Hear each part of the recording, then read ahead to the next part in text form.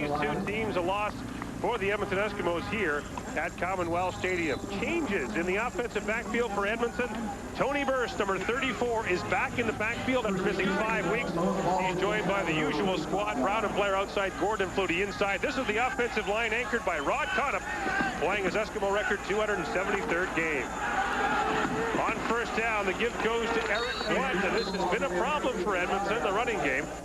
Blunt crosses the 35 for maybe a gain of 1, but the Edmonton Eskimos have the league's worst running attack. Well, they do have the worst running attack, Gord, but they're coming off a pretty good game. Eric Blunt versus Winnipeg, 22 carries for 145 yards, his best as an Eskimo, so not surprising that Ron Lancaster wants to go right with it early in the game. Blunt's 100-yard rushing game last week was the first by an Edmonton player this year. Second and long, McManus from the shotgun. Over the middle he goes, and incomplete. He was looking there to Robert Gordon. And quickly, the Edmonton Eskimos are 2 out, and Ron Lancaster will send the punting unit up. Well, Robert Gordon had found the soft spot in front of the safety Greg Frères and was wide open on the plate. Danny McManus just couldn't deliver the football, so early punting situation for Edmonton. But the good news for Ron Lancaster and Eddie Brown is that they didn't turn the ball over. That's been a big problem for Edmonton versus the BC Lions. Sean Fleming to punt. Took a long time and now hangs it up high.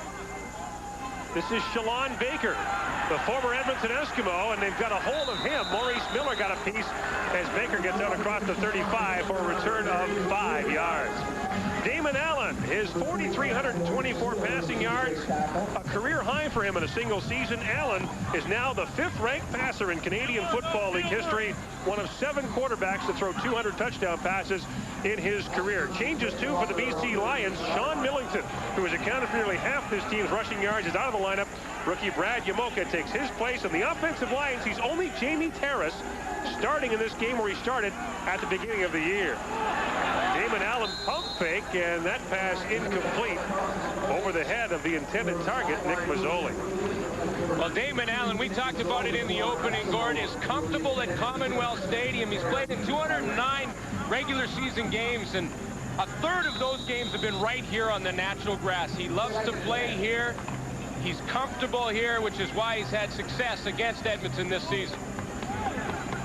Damon Allen, a 2-time Grey Cup most valuable player for the Edmonton Eskimos, now trying to keep his team alive in the race for first in the West. Allen on the quarterback draw, still going. Allen crosses midfield down to the Edmonton 54-yard line. It'll be a first down for the BC Lions, and Allen appears to be shaken up. The pickup is 18 yards. Well, Damon Allen is having a pretty good season rushing the football. And he, in fact, at the end of this year, career-wise, will finish in 4th place all time. That's a pretty good job by quarterback. You think of the names in that list, George Reed and guys like that. Damon Allen's having another good year rushing the football. Here's Corey Philpott on first down, and nothing doing for Philpott as he is wrapped up immediately by Leroy Blue. It'll be a loss of a yard for Corey Philpott, who said, I want the ball more, and Adam Reed has said, well, we'll get it to him and see what he does with it. Yeah, Corey Philpott, in a lot of running situations, will be in the spot where Sean Millington played. Sean Millington was questionable this week. He's got a sore foot. The swelling went down during the week, but not enough to have him play in this game. Of course, Adam Rita would like to have him down the stretch. So Corey Philpott will carry the mail out of the backfield for BC today. He goes to the sidelines now as BC goes to 6 receivers on 2nd and long. Allen from the shotgun. Lots of time, looking deep for Alfred Jackson, and the pass is well over his head. Tommy Henry was there on the coverage, but Alfred Action Jackson, who once torched the Edmonton Eskimos in a big way, doesn't do it there. Alfred Jackson had the 3rd best career receiving game in CFL history, win a Blue Bomber, but that time Damon Allen couldn't hit him. Well, and Alfred Jackson had inside position on Tommy Henry, a good matchup for the BC Lions. In the first game Jackson played against Edmonton, he had 100 yards, so Allen wants to get him the ball. Julio Caravana with a good punt sends Henry Williams back to the 2. Here comes the gizmo. And he does a good job to get across the 10 out to about the 13-yard line. Nick Richards once again down on the stop. No score between the Eskimos and Lions on the CFL Live on TSN. Danny McManus, a Grey Cup champion with the BC Lions, now trying to get the Edmonton Eskimos a free pass into the Western Final in 3 weeks' time. And, of course, 4 weeks from today, the Grey Cup game will be played in this stadium. This is an interesting stat I looked up on Danny McManus. Everyone talks about his interceptions and how that's been a problem through his career. And Danny McManus this year has 20 touchdowns and 17 interceptions, so the ratio is on the right side for him. Look at it's the first time as a starter that Danny McManus has more touchdowns than interceptions. Yeah, Danny McManus, 20 touchdowns, 17 interceptions. Be the first time in 5 years he finished in the positive in that ratio. And, of course, if not for the 5 interceptions in the one game against BC, he'd be in a lot better shape. On first down, McManus swings out of the backfield. This is Tony Burse, and look at Burse. Welcome back, Tony Burse, who puts his head down and rolls right over BC's Kelly Lockbaugh. Well, Tony Burse back in the lineup for Mike Sellers. You talked about it in the introductions, Gord, but this is what Tony Burse gives you. He loves to be the hammer, puts his head down, and Kelly Lockbaugh, his first chance to meet Tony Burse this afternoon, and they'll meet each other a lot during this football game. But Burse gives Edmonton a lot of different weapons. Burse out for 5 weeks. Flags are down. McManus with a free play over the middle. Robert Gordon has the catch and a first down. Stop is made by Don Wilson, but not before Robert Gordon gets up to the 33-yard line. The pickup was 17 yards. Looked like BC was offside. Offside. BC number 3 declined. First down. David Benefield moved, and the gain to Robert Gordon will stand. It was a good read, Gord, by Danny McManus, because the BC Lions were in man defense, and Kelly Lockbaugh, the middle linebacker, flowed to the outside to cover Blunt. When he did that, that opened up the middle, and Robert Gordon found the soft spot. First down. McManus on play action. Sends it out for Eddie Brown. Brown with one man to beat, but that man, Leonard Humphreys, made the stop. Mark it as a gain of 1 for Eddie Brown as he's bottled up by the BC defense. Well, this is an attacking BC defense. 15 turnovers against Edmonton. 1 change. David Mieva back in the linebacking core for the injured B.J. Gallus. And in the secondary, the veteran Don Wilson will start at the halfback, and he leads the BC Lions with 4 interceptions on the season. Damian Lyons having a great year. He has a couple of picks. Second and long. McManus. Quick dart over the middle, and the ball comes out. Eric Blunt would have had a first down, but he couldn't hang on. And the Edmonton Eskimos will once again be forced to punt.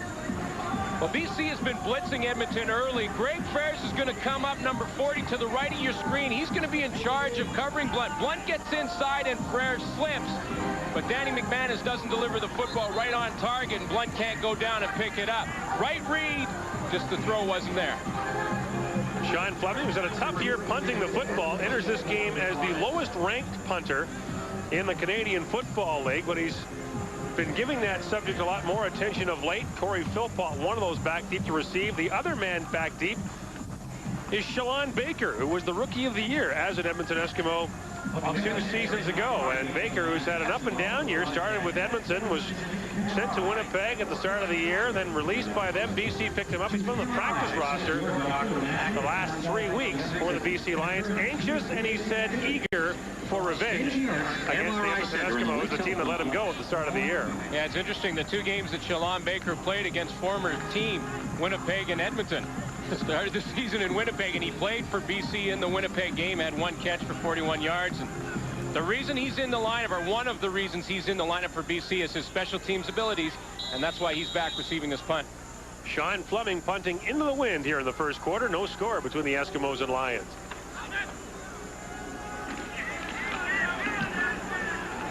Fleming with a high wobbly kick taken by Baker down to the 40-yard line. He'll watch it bounce out of bounds. A 34-yard punt and no return. The Lions have the ball when we come back to Edmonton. Back in Edmonton where the wind is whipping, or is it? For more, here's Ken Chillibeck. Thanks, Gord. It is. I talked to Sean Fleming before the game, and that was the big concern he had because the wind swirls around in here. Could be an indication of that first kick of his. It's going to be a factor probably later in the game. He said apparently it's supposed to gust up to about 30 kilometers an hour. Gord, back to you.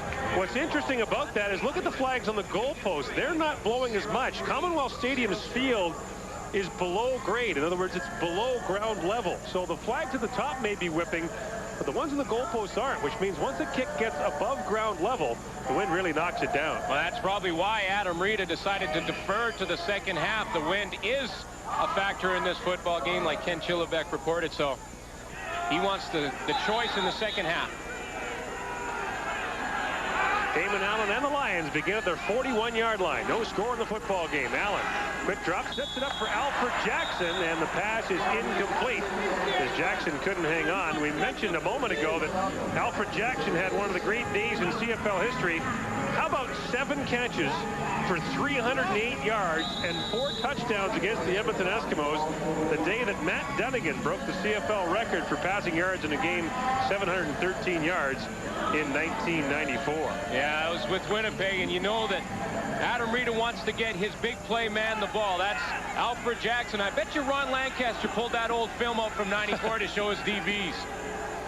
Second down, Allen from the shotgun. At time, now he'll take off, and he's got room. Allen puts his head down, gets out close to midfield, a gain of 14 yards on a first down for one of the league's most elusive quarterbacks. You see how Damon Allen ran into traffic there and didn't hook slide? Damon Allen has hurt his knee this year a couple of times, and always because he's tried to hook slide and that leg has got caught. I think he's just decided, forget it. When I go take off and run with the football, I'm just going to do like I've always done, run like a running back, and probably have less problems with injuries.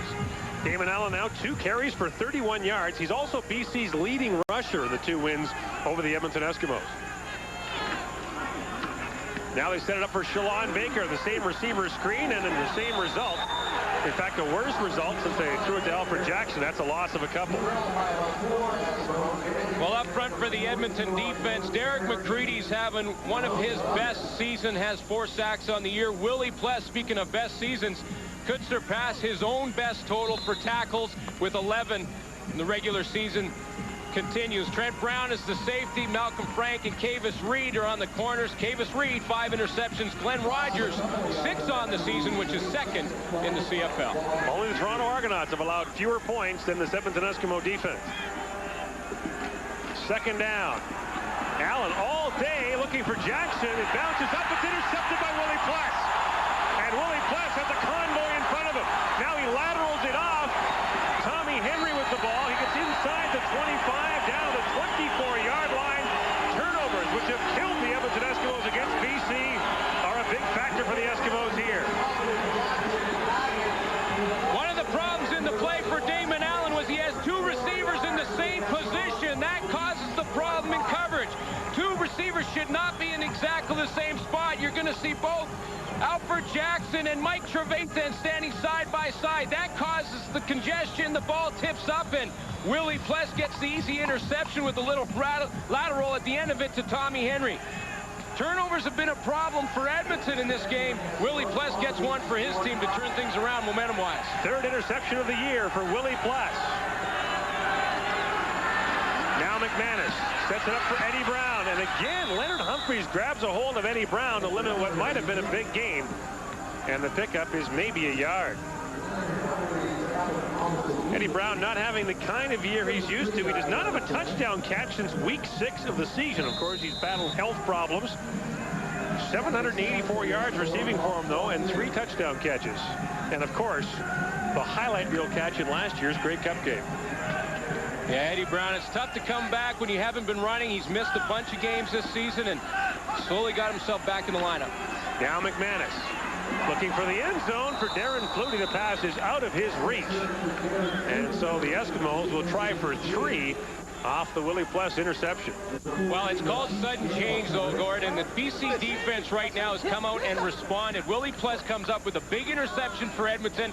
Tons of momentum on their side, but they can't capitalize and get 7 points out of it. So it's almost turned into a victory for the BC Lion defense because they hold them 2-0. Fleming will try this field goal from 29 yards out. And he's had his problems this year, but inside the 30 has not been among them. He's 18 of 20 inside the 30 this year. From the 29, with Kemp holding, Fleming puts it up and good. And Willie Pless's interception leads to the first points of the football game. The Eskimos with a 3-0 lead on the BC Lions. The CFL Live returns to Edmonton after this. 4 times the CFL's top defensive player, including the last 3 years in a row. And Willie Pless has the biggest defensive play of this game so far, the interception of Damon Allen that set up the Edmonton field goal.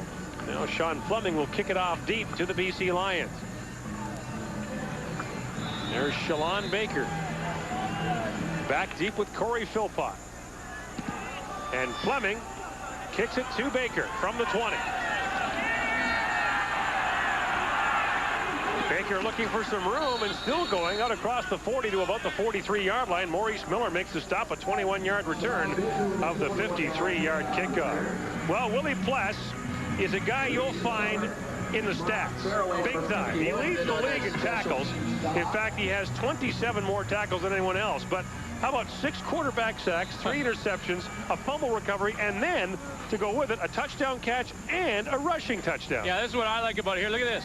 He's got 2 touchdowns, a rushing touchdown and a receiving touchdown. Eric Blunt, the starting tailback for Edmonton, has not found the end zone this year. Willie Pless has more touchdowns than the starting tailback. On first down, this is Brad Yamoka, the rookie fullback, taking the place of Sean Millington, and Yamoka barrels into Edmonton territory down to the 49-yard line. And Yamoka with a pickup of 17 yards. Well, I asked Corey Philpott about Brad Yamoka. I said, he's actually replacing Sean Millington, but you'll likely get most of the running plays. And he said, no, Brad Yamoka will get the odd play because Edmonton doesn't think that he will. When Yamoka comes in, the Edmonton defense will be thinking pass, so we will throw a couple in to Yamoka. Now Allen on play action. And looking to the sidelines, hard to tell if that was for Nick Mazzoli or Mike Trevathan. It kind of split the difference and falls incomplete. Well, Damon Allen has had some problems hooking up, throwing the football early in this game, but because of the coverage from the Edmonton secondary. So far, they've done a nice job of jamming the BC defense, mixing man and zone defense up, so Damon Allen has had some problems throwing the football. For the first week in the season, Damon Allen is not the league's #1 rated passer. Doug Flutie overtook him last week, but Allen held that spot every week up until this. Now on second down, Allen from the shotgun. Looking deep again for Jackson, and again it falls incomplete. Glenn Rogers Jr. was back there on the coverage, so the Allen to Jackson connection has misfired a couple of times, and BC will be forced to punt. I watched Alfred Jackson on that play, and it looked to me like he was running what's called a read route, meaning when he takes off and runs his pattern, he decides what kind of pattern he's going to run depending on where the defensive back lines up. He made about 4 moves down the field. Damon Allen really had no shot to decide where he was going to end up and threw incompletion. Caravana aiming for the sidelines, trying to keep it away from the Eskimo return man, and Don Blair watches it roll out of bounds at the 9-yard line. Good kick by Caravana. This is called a read route, Gordon. What happens is he has the option, Alfred Jackson, to run corner. He can either run corner or run post, depending on what the secondary gives him. Now watch the moves he makes down the field. He's going to run to the corner first, then he goes back to the post. He's not really sure which way he's going to go, and neither is Damon Allen. The ball bounces on the turf because of it. Damon Allen, by the way, in the football game is 1 of 7 passing for -2 yards. So the fast start the BC Lions were looking for has not materialized thus far, but the Edmonton Eskimos in a deep hole now, start at their own 9-yard line.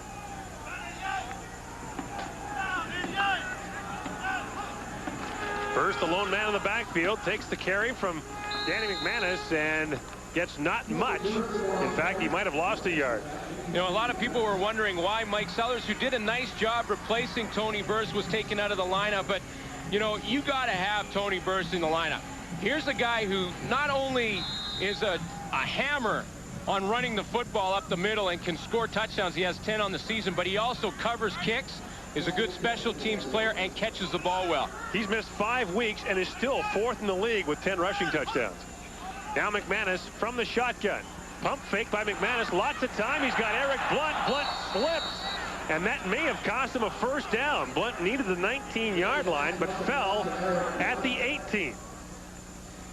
Well, Danny McManus's eyes must have got huge when he saw this matchup. Eric Blunt right here is going to come across the field.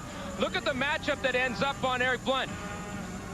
Joe Fleming A defensive lineman. Number 76, a defensive lineman who, as a changeup drops into coverage for the BC Lion defense, has to cover Blunt. Danny McManus must have thought, wow, I got to get him the ball when I see a lineman covering my tailback. Now decision time for Ron Lancaster. It's 3rd and less than a yard, and he'll send in the short yardage team. Oh, this is, you know, you say when you get a yard off the ball, it's only a yard, you should be able to pick it up, but a lot of things can happen. You can fumble a snap, you can drop the ball on the exchange, you may not get the right surge. I mean, this is a big gamble at this point in the game and this point on the field.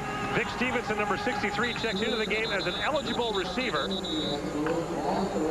And remember, Gord, of the 15 turnovers that the Lions have had against Edmonton this year, one of those turnovers was on downs. So they've stopped Edmonton on a gamble before. 3rd and a yard. The Eskimos from their 18-yard line.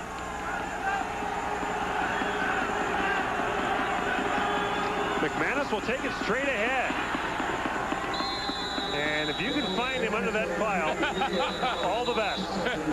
It always amazes me how the officials can put their foot down so confidently on a mark when there's, how do they see where he is? Well, first of all, he's crawled forward about 1.5 feet since the whistle went. And you know, every defender in that pile is ripping at the football, trying to push him back. And the Eskimos do have the first down. Well, when it's under a yard, you should get it as long as the snap and the exchange is clean. And the clean exchange to Danny McManus, he leans forward and picks up the first down. So, well, Lancaster goes gambling, but then again, Lancaster, the color commentator, always used to say that if you couldn't get a yard in a league where they give you one, there was a problem. Now on first down, the give goes off to Eric Blunt, and he is thrown back hard.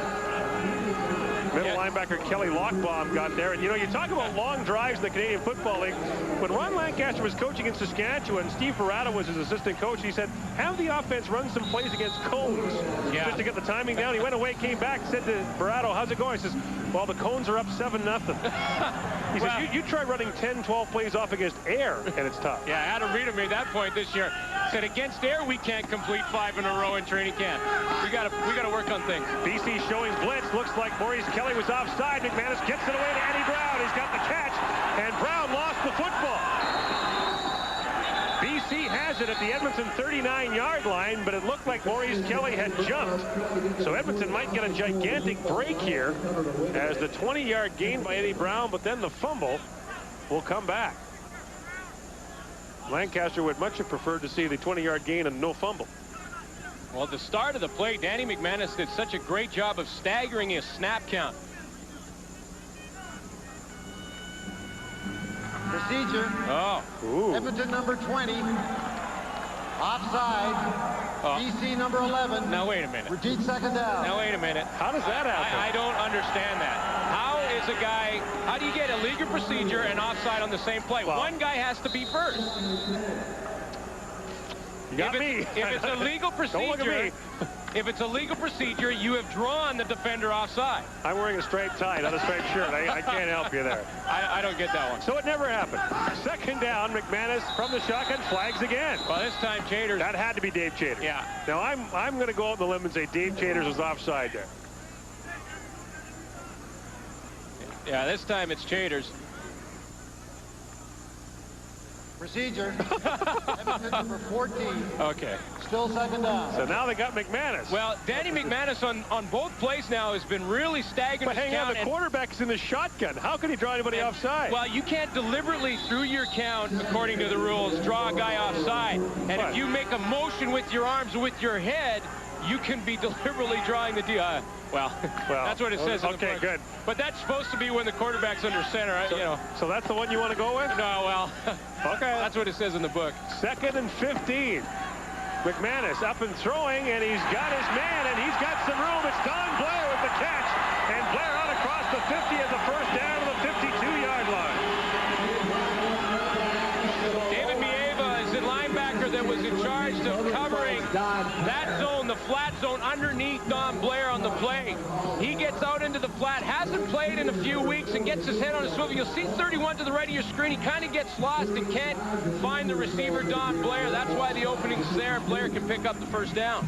A 39-yard pickup and an Edmonton Eskimo first down. This drive began at the Edmonton 9. Play action on first down. McManus over the middle, and a flag comes down from the far side of the field. That's got to be pass interference on Rasheed Gale, but that flag came from about 50 yards away. Rasheed Gale read Danny McManus so quickly on the play and broke on the ball before the receiver did, and therefore got there too soon and actually made contact. It's a good call. BC number 14, first down. It'll be a first down for the Eskimos now, and they've crossed that invisible wall midfield for the first time. Rasheed Gale's on his break already. Robert Gordon hadn't even turned around when he was breaking to the football and got there just a split second too soon. Contact, then the ball. Good call. From now, the Lions' 47-yard line. The Eskimo drive continues. McManus from the shotgun. Here comes the rush. McManus gets it away. No, he doesn't catch it, though. Robert Gordon, they say, picked it up off the turf, and the official pounds the turf for emphasis as Robert Gordon goes to the end zone just in case. Well, he had the best view. He was standing right on the spot. He had the best view, but we have the replay, so let's go to we have that. The slow view.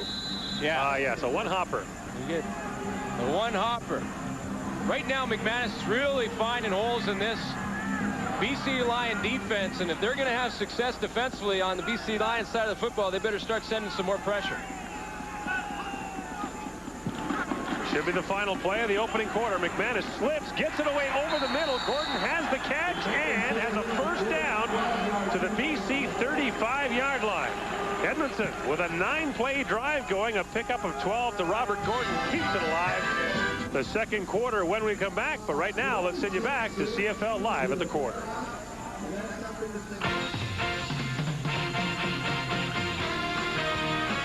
CFL Live at the quarter is brought to you by Midas for new, longer-lasting carbon metallic brake pads. One other game going on in the Canadian Football League this afternoon at Taylor Field in Regina, and Saskatchewan is trailing the Hamilton Tiger Cats on a Yonel Jordan touchdown. Former Buffalo Bill taking it in a 6-yard TD catch, 7-0 Ticats. And welcome back to CFL Live. At the quarter, Rod Smith back with Obi, Les, and Marty. Hey, we talked about turnovers with these two teams. That's been their history this season. And once again, Les, a turnover leads to the only points of the ball game. Well, Glenn Suter talked at the beginning, when it happened, about receivers getting mixed up in their routes. Well, defensive backs love to see receivers get mixed up in their routes. That way they can shove them into one another and cause something like this to happen. As we see here, Damon Allen drops back. One of these receivers got confused, ran the wrong route or whatever, but I'm sure they're hearing about it on the sideline. As you see the defensive backs knock them into one another, the ball pops up in the air. Willie Pless, who's always around the ball, like they said, with 103, 104 tackles, always around the ball.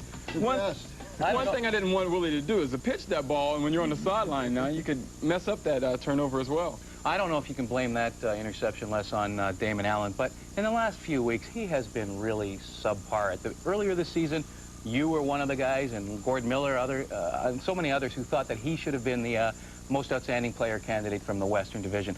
He's really blown that opportunity. He's taken a lot of heat from the Vancouver media lately, particularly Kent Gilchrist of the Vancouver Sun, of Vancouver Province. But he's really blown his chance for being, and now I think you've got to look at Garcia or McManus or even Alfred Jackson as the outstanding player in the West. Well, I think part of that situation might be they've changed their look a little offensively, and they haven't got set in their receiving core all year. It seems like that's been a problem. And an area that I've been watching closely today in this particular game, especially with the wind factor, is the punting, because Fleming and going into the game, Louis Pasaglia were the two worst punters average-wise and net-wise in the league. Fleming was a little better, and that's going to be a factor as this game goes on, the punting in the field position. Well, Lions trailing now. Let's head back once again to Commonwealth Stadium to Gordon Glen, guys. 3-0 Edmonton leads after the first quarter of play. The Eskimo drive continues as Danny McManus hits Eddie Brown, and Brown now has some room to run. Still going across the 20 and down to the 18-yard line.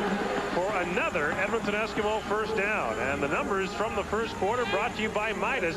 Look at BC's passing numbers, -2 yards, but the Edmonton Eskimos with most of their 87 yards on this drive. And that one turnover turned into that Sean Fleming 29-yard field goal. Willie Pless with the big interception takes it back, and Fleming kicks field goal, and that's the points in the game. Lancaster talked about how hard it is to put together a long drive. Here's one. McManus over the middle. Darren Flutie, touchdown.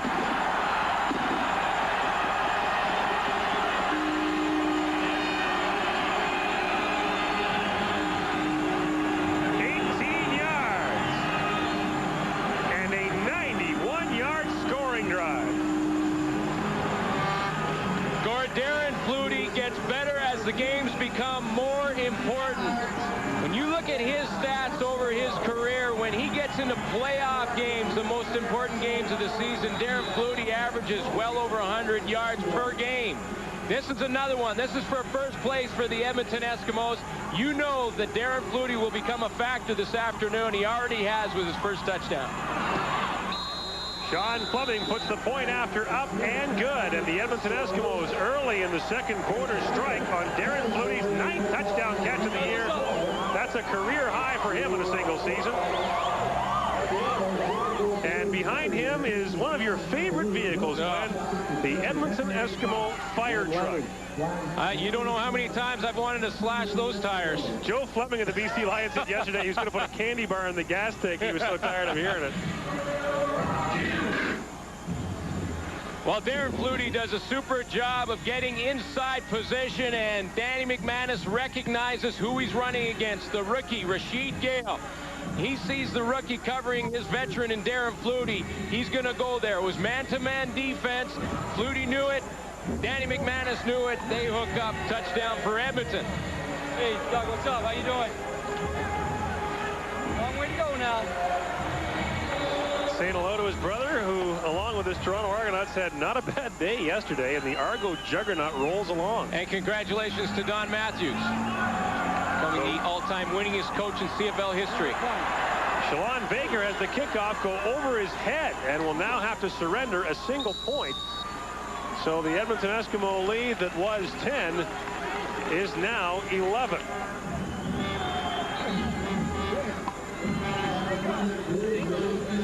And in attendance here today, another great former Eskimo and a former premier of this province, Don Getty, who is honored here on the Edmonton Eskimo Wall of Fame as well. And that's the one thing you see in Edmonton and in other places like Calgary too, is how many former players came here and still live here. More than 200 former Edmonton Eskimos live in this community. Well, it's a tribute to the organization. They bring people in through their scouting programs. They make them feel comfortable here, and they like to stay here after they finish their career. And become the premier. Here's Brad Yamoka on first down, and Yamoka dragged down at about the 38-yard line. Willie Pless got up there to help make the stop, adding to his league-leading tackle total.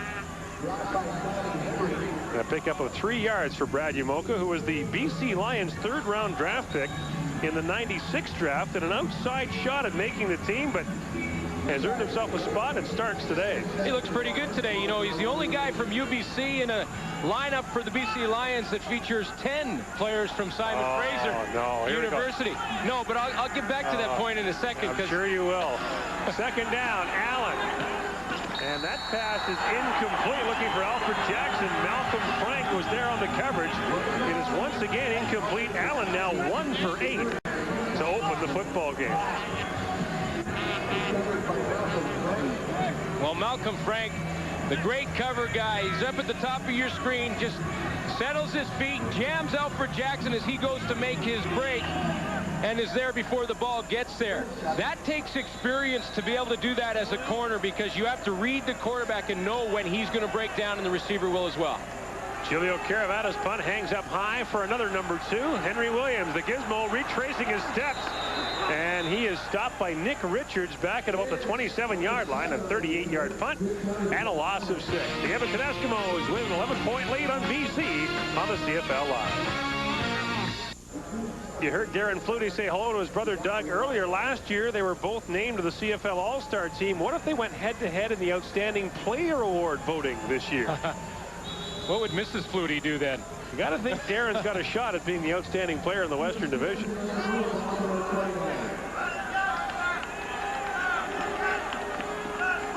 After that long march last time, the Eskimos start with better field position. The pass complete to Darren Flutie over the middle. He's got a first down out across the 40 to the 41-yard line, a pickup of 11. Well, he does it also well. He reads defenses quickly. See, he knows there's a zone right here, so quickly he's got to get off the jam from Rasheed Gale and find the opening.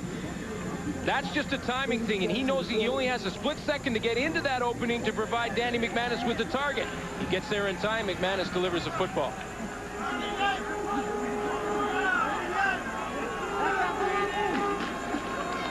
Now here comes Big Tony Burse, who barrels his way out across the 45, leaving bruises and bumps in his way. He gets out to the 48-yard line and a pickup of 8. You know, talking about Tony Burse's injury, he had a hand injury. He said the knuckle was basically ripped right off his hand. Oh. And he's surprised how quickly he's recovered because he's really not even wearing protective equipment on it. Couldn't leave it as a hand injury, could you? Here he comes again out across the 50. The football comes loose, but they say Burse was down. And it should be an Edmonton first down. Don Wilson in to plead his case. Well, it was a quick whistle, but I think the whistle did blow just before the ball came out. And this has been somewhat of a... Ooh. Oh, I don't know. I don't know. Yeah, now, it looked like it came out before Burse hit the ground there, but I think the whistle blew just before Burse hit the ground. So if you're going on the whistle, it had already gone. But one problem for the Edmonton Eskimos this year has been short yardage offense, and that's one of the reasons that Tony Burse got the nod over Mike Sellers at fullback, is they feel he's a better short yardage runner. And Mike Sellers was not too pleased about the decision by Ron Lancaster this week to move him to the sidelines. Well, Mike Sellers is young and get a lot of playing time throughout his career. He's going to have a long one in the CFL. First down, McManus slips again, and the pass is incomplete to Robert Gordon. Well, Mike Sellers began the year for Edmonton as a defensive lineman. And then halfway through the year when Burse was injured, he was moved to fullback. And this is a guy who was all-state in Washington in high school at fullback and at linebacker. And actually, Ron Lancaster thinks his natural position, if there was one in the CFL, would be tight end. Yeah, Mike Sellers, in the 5 games that he played, 38 carries, 131 yards. He averaged 3.4 yards a carry and made a nice one-handed catch during that time. So showed a lot of athletic ability when the time he was in. Now the pass over the middle is caught, and it should be another first down. Robert Gordon stopped at the 48-yard line of the BC Lions, and Don Wilson is shaken up after a gain of 12 by Robert Gordon. Well, sort of a Robert Gordon sandwich, and Don Wilson got the worst of it. Don Wilson, the ageless one, at 36, starting at defensive halfback for the BC Lions. Ron Lancaster paying tribute to him before this game, saying he's one of the most complete players in the league. But right now, the concern for Adam Rita is that he is down and hurt. And Wilson had been out the last 4 games with an injury and is shaken up again. Well, this is right at the end of the play. It's his own defense. Wilson's one area he's got to come across, and you see Rasheed Gale was coming over Robert Gordon, so all the momentum was coming towards Don Wilson, and they're looking at his neck and shoulder on the right side. You know, I was doing a few stats on Don Wilson. As you take a look at his career numbers, 59 interceptions. He's played 3 different positions in his CFL career. The tweener or linebacker position. He's played halfback and he's played free safety. As a tweener, he's got 24 interceptions. As a safety, 13. He played 2 years in Toronto at free safety, 90 and 91. And as a halfback, he's got 18 interceptions. So it doesn't matter where they play Don Wilson. He comes up with big plays for his team. As Wilson remains on the ground, we'll take a break and bring it back to Commonwealth Stadium on the CFL Live in just a moment. Well, there's good days and then there's not so good days. Damon Allen having not such a good day. 1 for 8 passing, -2 yards, and an interception. He waits his turn on the sidelines as Danny McManus and the offense stay in for Edmonton. Frank Pimmiskern takes the place of the injured Don Wilson. McManus up and throwing for Eddie Brown through his hands and incomplete. It'll bring up second down, and McManus indicating to Brown maybe a little further back. Well, that was a gun, though. Yeah, it was a hard throw to Eddie Brown, but Eddie Brown is probably fortunate that he didn't catch it, because there was a wave of BC Lion tacklers coming to make the hit on Brown had he caught that one. Eddie Brown with few unexpressed thoughts and expressing a few more to the BC Lions. An Edmonton writer said this week that Eddie Brown is so instinctively negative, he should have been a sports writer. I love that comment. 2nd and 10. McManus. Lots of time. Over the middle. He's got Robert Gordon, and he dropped it. Robert Gordon was open in behind the BC defense, and he dropped it.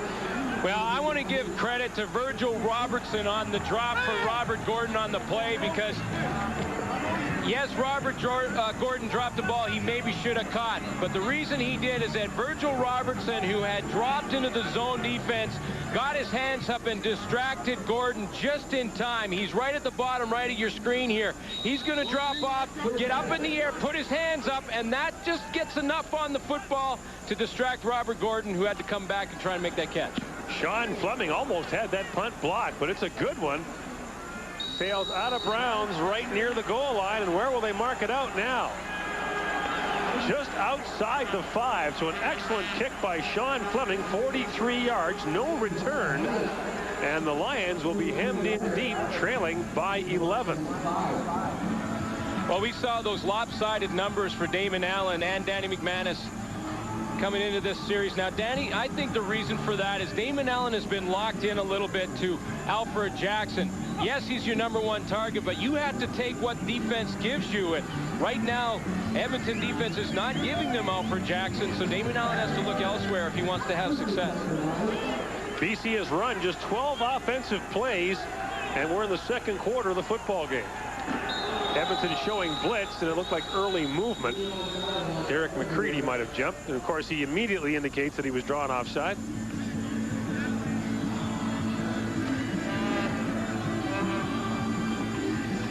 Procedure, BC number 9, still first down. I think Jake's cracking down on quarterbacks bobbing their head. Sure is. That's the 2nd time we've seen it, and we talked about the BC Lions and their struggles on offense. 3 punts and an interception. And the interception by Damon Allen, just his 10th of the year. The only word to describe that, ugly. If you're a BC fan. If you're an Edmonton fan, it looks pretty nice. They seem pretty happy here at Commonwealth Stadium.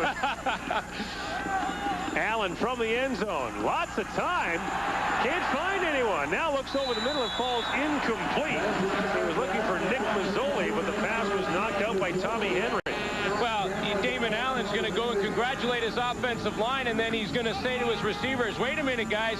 You guys have got to get open. Full credit to the secondary for the Edmonton Eskimos. Damon Allen has all day to throw this football. He looks to the right, no one there. He pulls it down, looks back to the right, down the middle, finally all the way to the left. But Tommy Henry had tracked his receiver all the way across the field, and great coverage by Edmonton. 5 straight incompletions now for Damon Allen.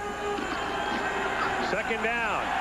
Heaving it deep for Alfred Jackson, being bumped by Malcolm Frank, and the pass well out of his reach is incomplete. Well, I talked about Damon Allen being locked into Alfred Jackson, but that particular play, I looked across the field to the other receivers to see if anyone was open, and there was a blanket across the field. Not one BC receiver was open on that play, so a good decision by Damon Allen to basically throw it away. Alfred Jackson was covered on the play, and Damon Allen 2 plays in a row has had nowhere to go with the football.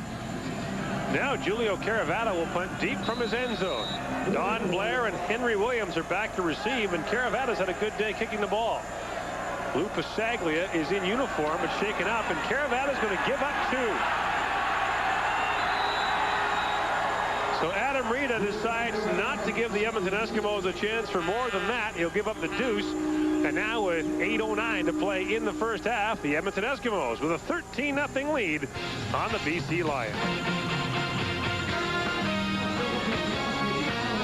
Still on the drawing board on the BC sidelines. Damon Allen and company talking it over with Adam Rita, trying to get this offense unstuck. He's got all the receivers in the huddle there, and I'm sure Adam Rita's instructions are, hey, get open.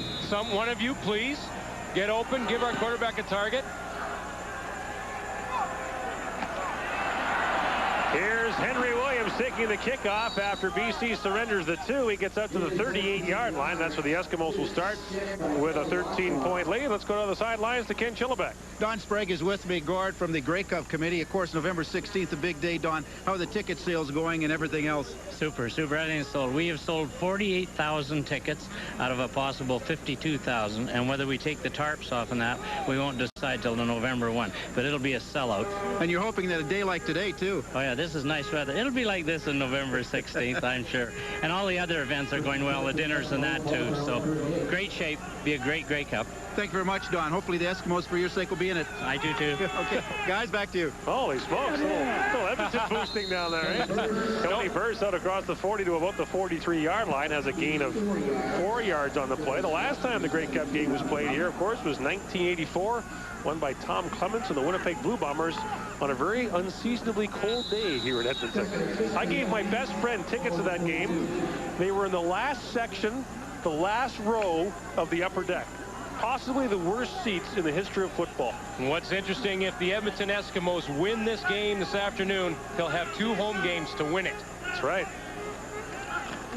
McManus swings it out now for Burst. Look out. Oh! Hey.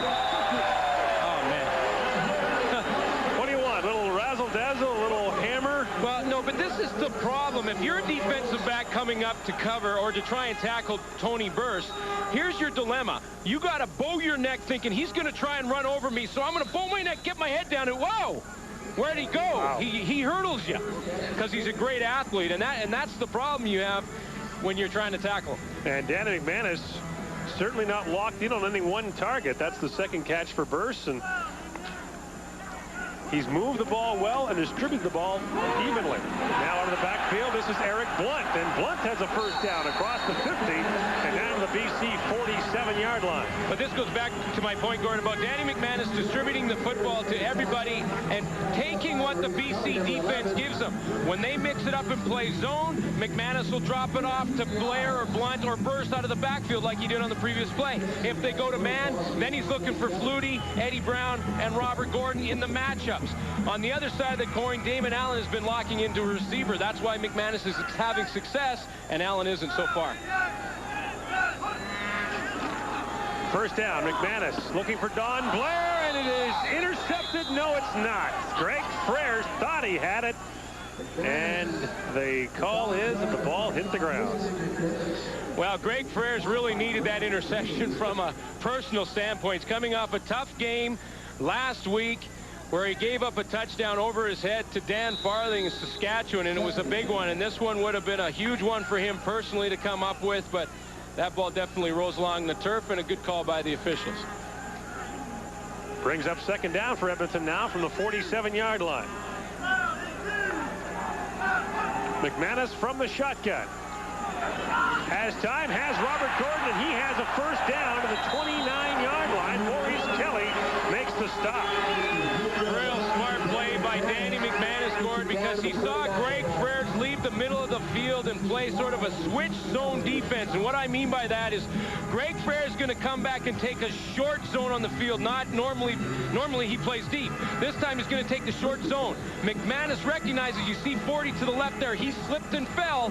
That was the zone he was supposed to cover. Robert Gordon recognized and picked up the first down. Gain was 18. Now McManus looking deep for Darren Flutie, and Flutie almost had his second touchdown of the game, but Don Wilson back into the game, corrals him down at the 11, but it's another Edmonton Eskimo first down. And McManus making it look easy. That's a gain of 17 yards. And that was the man matchup that he goes to the other guy, Darren Flutie, who, of course, in man-to-man defense knows how to run patterns. The Edmonton Eskimos with a 13-0 lead. A win today clinches first place and home field advantage in the Western Final. Now McManus gives it off to Burst. Tony Burst and Joe Fleming do a little rodeo, and Burst across the 10 for a gain of a couple. Well, Joe Fleming is really having a great season for the BC Lions. Defense has 8 sacks on the year. And one of the things that I find interesting about Fleming is he was a 4th-round draft pick to the St. Louis Blues. Yeah. Hockey team, great hockey player. You know that Fleming played high school hockey with Keith Tkachuk. Yes, he did. And I asked him, why didn't you pursue your hockey career? And Fleming says, well, I spent too much time in the penalty box. I'll tell you what, at 6'3", 240, if he could skate, Ty Domi'd have to score goals. McManus to the end zone, and Darren Flutie brought down by Don Wilson. And it's incomplete. It'll bring up 3rd down, and Ron Lancaster sends the field goal unit on the field. Virgil Robertson got some pressure on Danny McManus. He had to get rid of it a little early, a little before he wanted to. And see, it's coming right there as he gets hit just as he throws the football. But the reason that Darren Flutie didn't complain on the play for an interference call is because he slipped, fell down, and when he did, Don Wilson slipped on top of him. So no interference, and Fleming will have to kick the field goal. Sean Fleming with a try from just outside the 15-yard line. He's 1 for 1 today. Jimmy Kemp is the holder. Fleming puts it through, and the Edmonton Eskimos have improved their lead to 16-0. They've got a 1, a 2, a 3, and a 6. Hey, you can't beat that. Well, home field advantage here at Commonwealth can sometimes work against you. And that time, Darren Flutie, who had the matchup, he's right here on the inside, trying to work to the inside on Don Wilson. This is why he doesn't complain. He goes to break to the inside, slips and falls there. The left foot slipped down. Don Wilson slips on top of them. Good no call on the play, and the ball bounces on the turf. Gotta go to those Leif Pettersson Memorial 1-inch cleats. The old tarp nails that he used to wear. But you heard Darren Flutie say, stupid. He's saying to himself, you know, I know better. I know to chop my feet a little more and use this field to my advantage. Lions here trying to get something going. They set up the receiver screen for Shalon Baker, who runs right into Willie Pless. And he's brought down at about the 39-yard line for a gain of 4. Well, for the BC Lions, it's just been a brick wall they've been playing against. And look at the time of possession so far in the game. 18.5 minutes for Edmonton, just 8.5 for the BC Lions. And Damon Alling having a miserable day throwing the football. He is just 2 of 11 so far as we've reached the 3-minute warning. The CFL Live returns to Commonwealth Stadium in Edmonton right after this. Back at Commonwealth Stadium in Edmonton, Derek McCready and Benny Goods digging in for this Edmonton defense on 2nd down for the BC Lions. And the Edmonton defense has really dominated this BC offense. Here comes the blitz on 2nd down. Allen steps up and gets whacked. Thought he saw a hole, but it was closed quickly. Well, good pass rush by the guys you talked about. McCready, Benny Goods, they were coming. Got the good pressure on Damon Allen. I thought it was interesting comment from Benny Goods on Derek McCready before the game.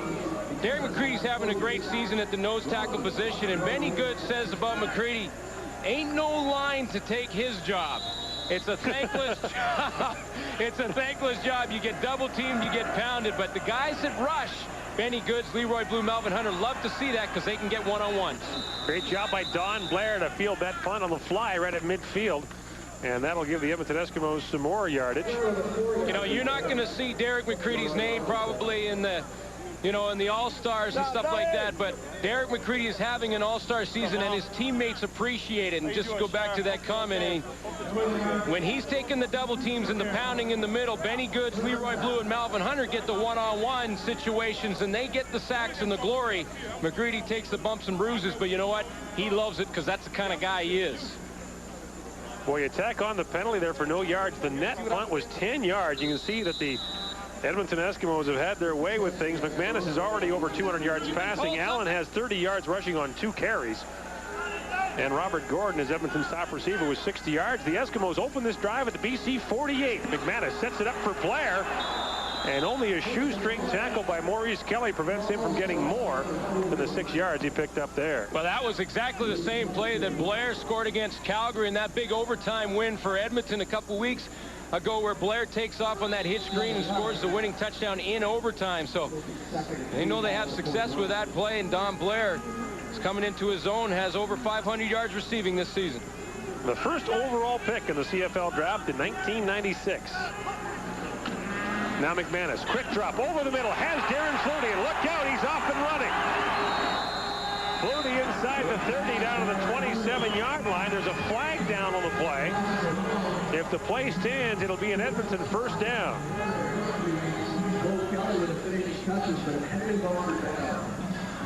Coming back. Procedure. Edmonton, no end. Repeat, second down. A 13-yard gain is wiped out as Edmonton had only 6 men on the line of scrimmage, and you can't do that. No. Ron Lancaster's team, the least penalized in the Canadian Football League this year, and his least favorite kind of penalty is that kind. Well, you know, but they're the least penalized team because they're well coached. And Ron Lancaster takes care of the little things with the Edmonton Eskimos, and when you have a real well-coached football team, they don't get a lot of penalties. McManus on second down. Flag comes down late as McManus looks for Blair. The pass is incomplete. David Mava there was on the coverage with Damian Lyons. And holding is the call against Edmonton. That'll be declined, you'd have to think. Now, this could be a decision time for Adam Rita, because if you decline the penalty, it's 2nd and 8. Or, excuse me, 3rd and 8. Holding. Edmonton number 55. Decline. 3rd down. And take it and you move them out of field goal range. That's what I'm talking about, yeah. I'm not sure Lancaster's in the mood to try a field goal anyway. I think he might just send the punting unit out, and it does indeed look like Sean Fleming has gone out there without his tee. Well, you heard them talk about it earlier on the panel show. Is Ron Lancaster on the move at the end of this year? It wouldn't be a matter of breaking his contract. He doesn't have one. Whistle's going before the play is started here. But yeah, Ron Lancaster has a handshake deal with Hugh Campbell at the start of every year. Well, how about that for an organization where you can trust your boss that much so you can say, well, listen, I don't mind. We'll just do a handshake and I'm okay. You know, I'm not going anywhere for this season, and I know I'll get paid, so no big deal.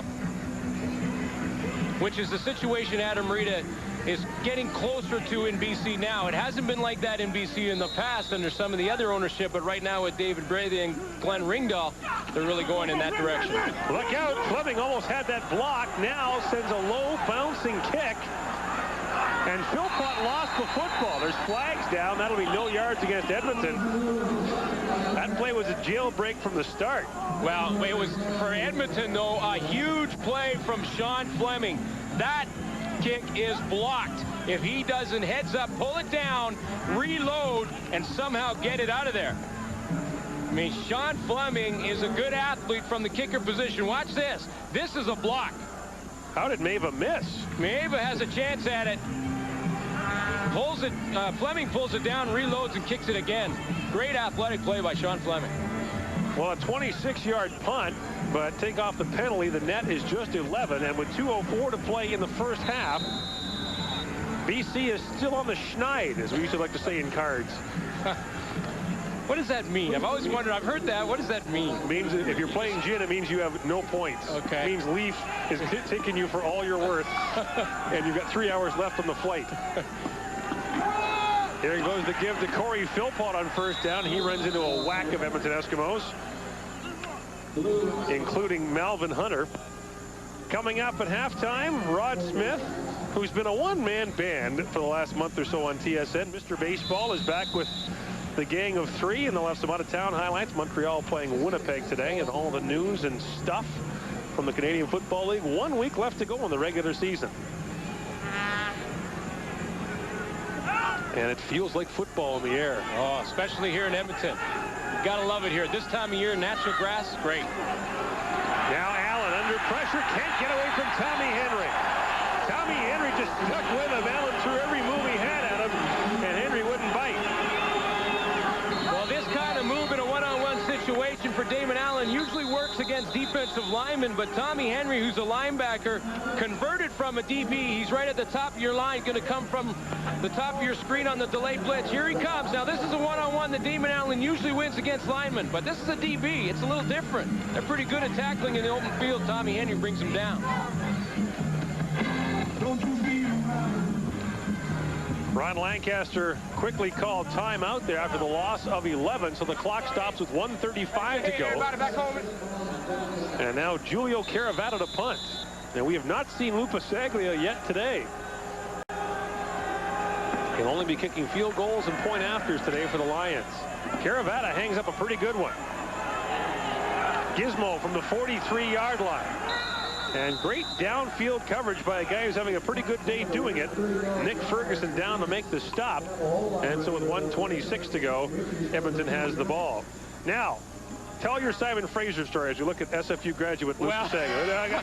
No, I mean, my story was about Brad Yamoka. Actually, I mean, here's Lupasaglia, who's also from Simon Fraser. He's had the calf problem and, well, like you said, only kick field goals and extra points today. But Brad Yamoka has a little bit of bragging rights. He may be only one of, you corrected me, 2 UBC Thunderbirds on this lineup for BC, but he was a Shrum Bowl MVP.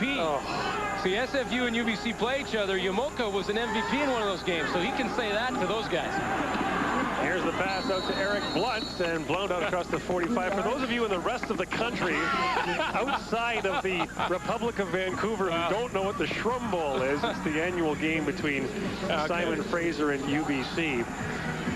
And you know how I always like to get my. Now, when you played at Simon Fraser, who did you guys play? Like the Colorado School of Mines, Idaho School of Potatoes? No. Drill Bit Tech. Was that some of the schools you played? We played some big schools. You played big schools. We played Portland some State, big schools. Yeah, big Portland schools. States, Yeah. Fresno States. You know. Danny McManus over the middle, and Don Blair was open, and it falls incomplete. Don Blair, who won a national championship in Canada with the University of Calgary. And with the University of Calgary had over 1,000 yards in just 8 games in 1995, which is huge. A Heck Crichton Trophy winner is the top player in Canadian university football. You know who the other one is playing in the Canadian Football League right now? Who would that be? That would be Bob Cameron. Oh, I was thinking of athletes. Wow. No, my apologies to Bob Cameron, who's a great athlete. For a kicker. For a kicker. I'm not helping you. You're on your own now. All I know is the guy who works with the hammer and nails during the daytime. You may be in trouble. Sean Fleming to punt. End over end kick to Shalon Baker at the 20. And Baker brought down by Tony Burst with a good play on special teams.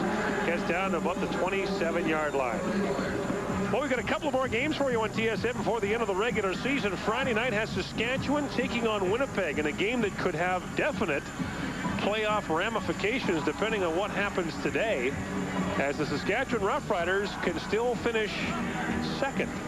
Yeah, I mean, if the BC Lions lose this game but beat Calgary the last game of the season, but Saskatchewan wins both theirs, Saskatchewan is in second place. Right.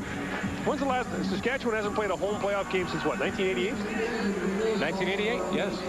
How'd you do? Good. We lost. We lost to the BC Lions. Got pounded, as a matter of fact. Here's Corey Philpott, and Philpott out across the 32 of May, the 32-yard line.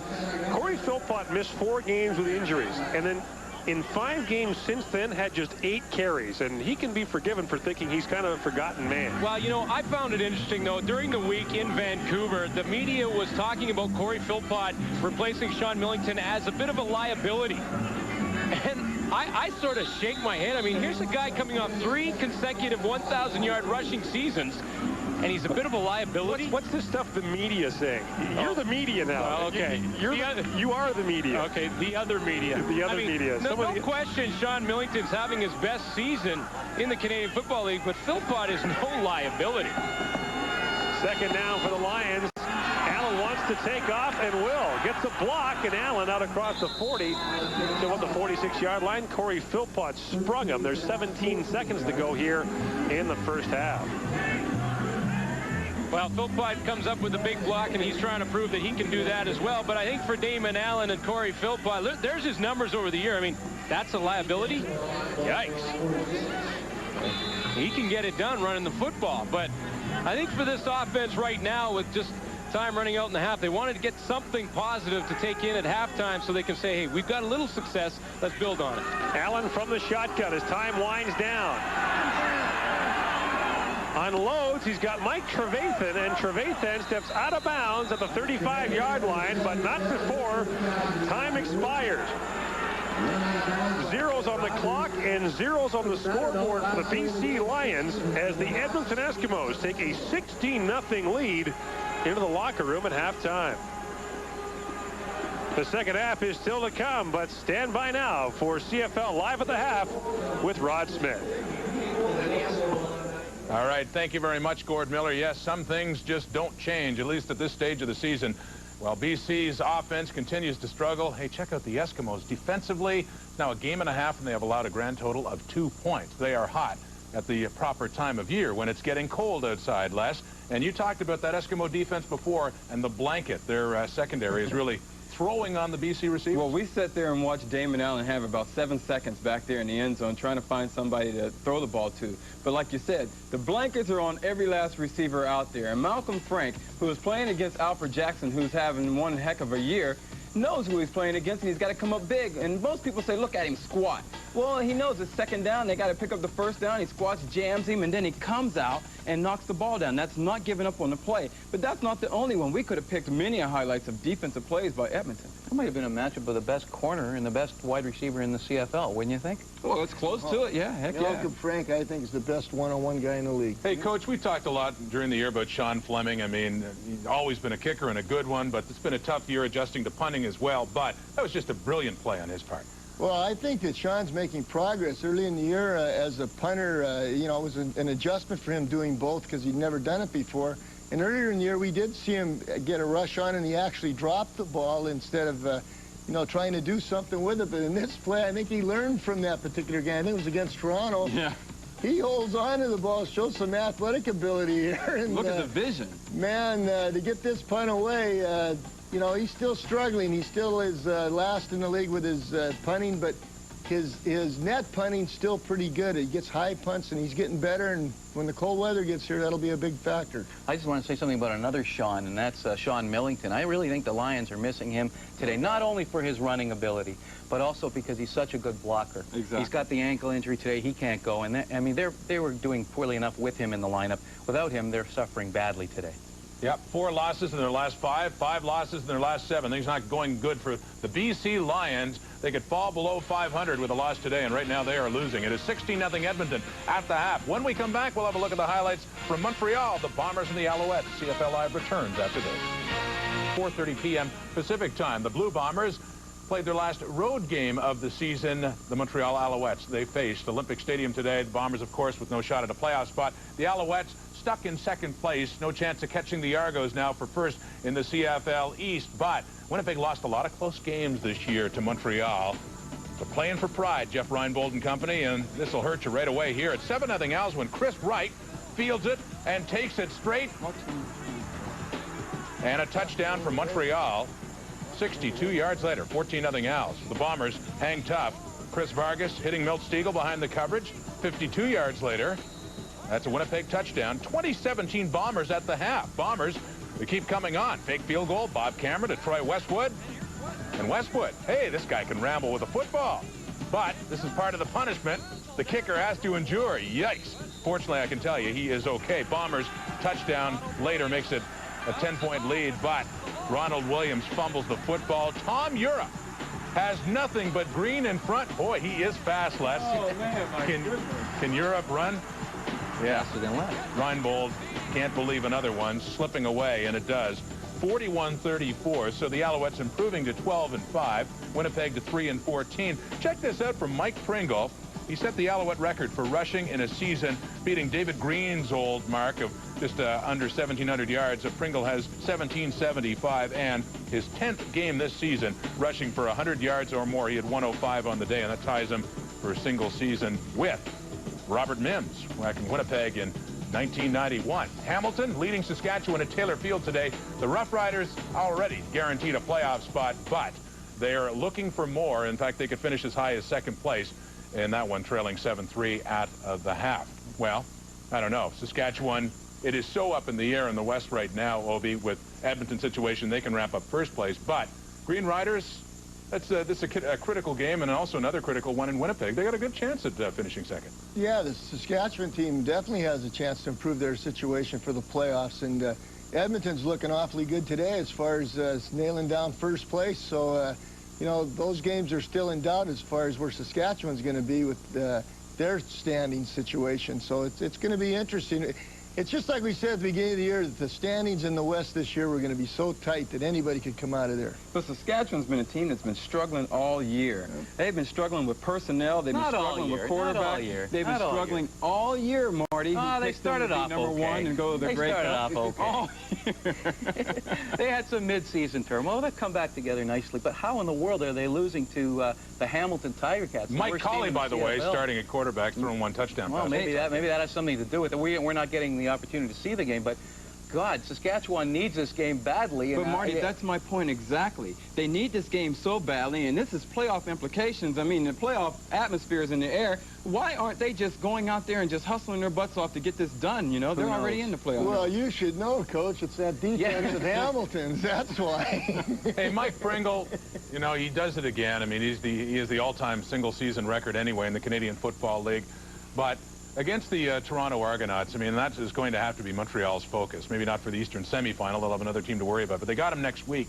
And Pringle, is that enough? I mean, the running game they have with him, is that enough to carry the load for the Alouettes? They gave Toronto some problems with running the football in that last game. And as we saw, you know, Montreal really didn't take advantage of the field opportunities they had in that game. And Pringle didn't play the whole game. So I'm sure that'll be added incentive for this coming game for both teams. But there's a very psychological advantage for Toronto just to beat Montreal every time they play them. If Montreal doesn't get over that hump, they're in trouble. The question going into the Montreal-Winnipeg game today was, why in the world was Mike Pringle playing? He had the sore ribs from last week, and I couldn't believe that he was even playing. It was a game that didn't need to be played, but he's a competitor, and that's what happened. You'd have to hide his equipment to get him to not play. That's what. But he was running gingerly in that game, and you know, they risked a great deal, I think, by playing him today. But he had another great game anyway. Yeah, he had another great game. Edmonton Eskimos defense having another great game. 16-0 for the Eskimos at the half. We'll have more on CFL Live after this, but another version of fun at Commonwealth, yes. Make sure you got the helmet for a little sheep bronco riding. I've seen it all. Boy, is he hanging on. Is he ever? That's Gordon Miller. He'll still be on it when we come back. No, he didn't.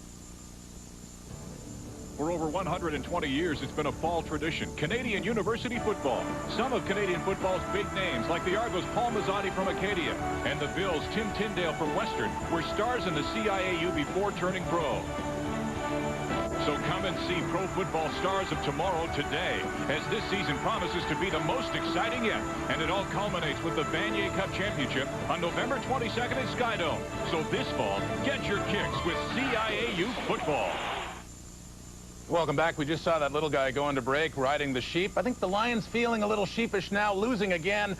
16-0. Let's head back to Commonwealth. Gord Miller and Glenn Suter. Hi, guys. Yeah, maybe Edmonton pulled the wool over their eyes in the first half. I don't know. That's all the sheep puns you'll get on this show. Let's look at the first half numbers brought to you by Dodge Trucks. And I'll tell you what, it's been a one-way trip in this football game so far. 238 net yards for the Edmonton Eskimos, 89 for the BC Lions, and a tough start for Damon Allen. Just 3 for 12 passing so far in this football game with an interception. The only touchdown scored by Darren Flutie, Glenn. Yeah, Danny McManus doing a nice job of distributing the football and looking to the guys in certain coverages. And when it comes to man coverage and down in the red zone or scoring zone, Danny McManus is going to look for Darren Flutie, and he finds him on this touchdown.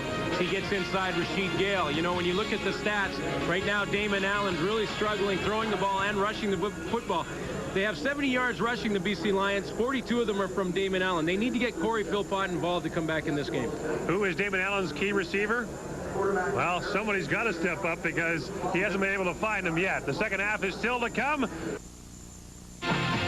Each guy's won the Grey Cup with the other team. Damon Allen won 2 with Edmonton. Danny McManus won it with the BC Lions in 1994. The The Eskimos will get the ball first to open the second half. This is the Gizmo from the 30-yard line. Look out, he's got a seam, and Henry Williams gets out to the 46-yard line with a good burst, and his best friend, Don Wilson, brought him down as Danny McManus and the Edmonton offense come out on the football field. And what a turnaround it's been for the Edmonton Eskimos when you think about the 1-4 September they had. When you look at the kind of numbers they're putting up in October, and in this football game, Danny Mack and his guys are getting hot at the right time. Doesn't he always, Danny McManus? The games become more important. He plays better. From the 46-yard line, this is Eric Blunt. Blunt spun around, still going, gets out to the 50. Good job to pick up 4 there. He was finished off by Virgil Robertson. Eric Blunt's a guy that the Eskimos need to find at this time of the year. You've got to think that Edmonton will want to rush the ball more as the weather gets worse. Edmonton averaging just 3.9 yards per carry coming into this game. The only team in the league under 4 yards per carry. Yeah, but Eric Blunt will tell you he needs to get the ball more. Only 2 times in the last 2 years has he got the ball more than 20 times. Early movement. Virgil Robertson jumped, and we'll see if the zero tolerance campaign against head bobbing continues here in the second half. Well, they're 1-1 right now. Procedure. Edmonton number 14. Oh, I'll tell you what, Jake's getting tough on that. Oh, he will not allow any more head bobbing. That's 2-1 Danny McManus on Damon Allen for the head bobs. And Ron Lancaster, who cannot believe that was somehow outlawed. And you know what? His question is, wait a minute, you don't call it all year. This is week 17. We've got 3 now in the same game. Brings up 2nd and 11. McManus has a man. Robert Gordon takes a pop, still going. He's got a first down and then some. Robert Gordon still going inside the 30, forced out of bounds at the 26-yard line. Gordon broke the initial tackle, picks up the first down, and a gain of 39 yards. Wow, courageous catch by Robert Gordon to start things off. He knows he's going to get hit. He turns around, takes the blow, keeps his feet, good, strong leg movement, keeps those knees going, and then uses his speed down the sideline. Robert Gordon's going to keep, if he keeps this up for 2 more games, he's going to get his 1,000 yards on the season. He's got 99 on the day. First down from the 27. McManus, lots of time, looking for Gordon. Oh, what a catch!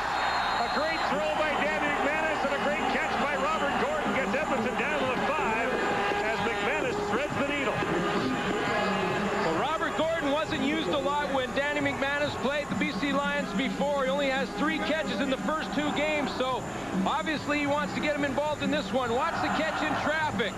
And what a throw by McManus to put that right on the spot. Rasheed Gale and Leonard Humphreys both breaking on the football, but Danny McManus threads the needle. They mark the ball down at the 6, 1st and goal from there. This is Blunt. Eric Blunt getting close, doesn't get in. Blunt looking for his first touchdown of the year, gets down to the 1. Gorillas. Okay. That would be the big team. Well, some guys call them elephants. I think I'd like to be called an elephant as opposed to a gorilla. I guess any big mammal. But Willie Pless is one of them. He's going to come in. He's one of the big guys. Eric Blunt has to come out, so he won't get that first touchdown, at least not here. 2nd and goal from the 1. Tony Burst, touchdown. There's a flag down.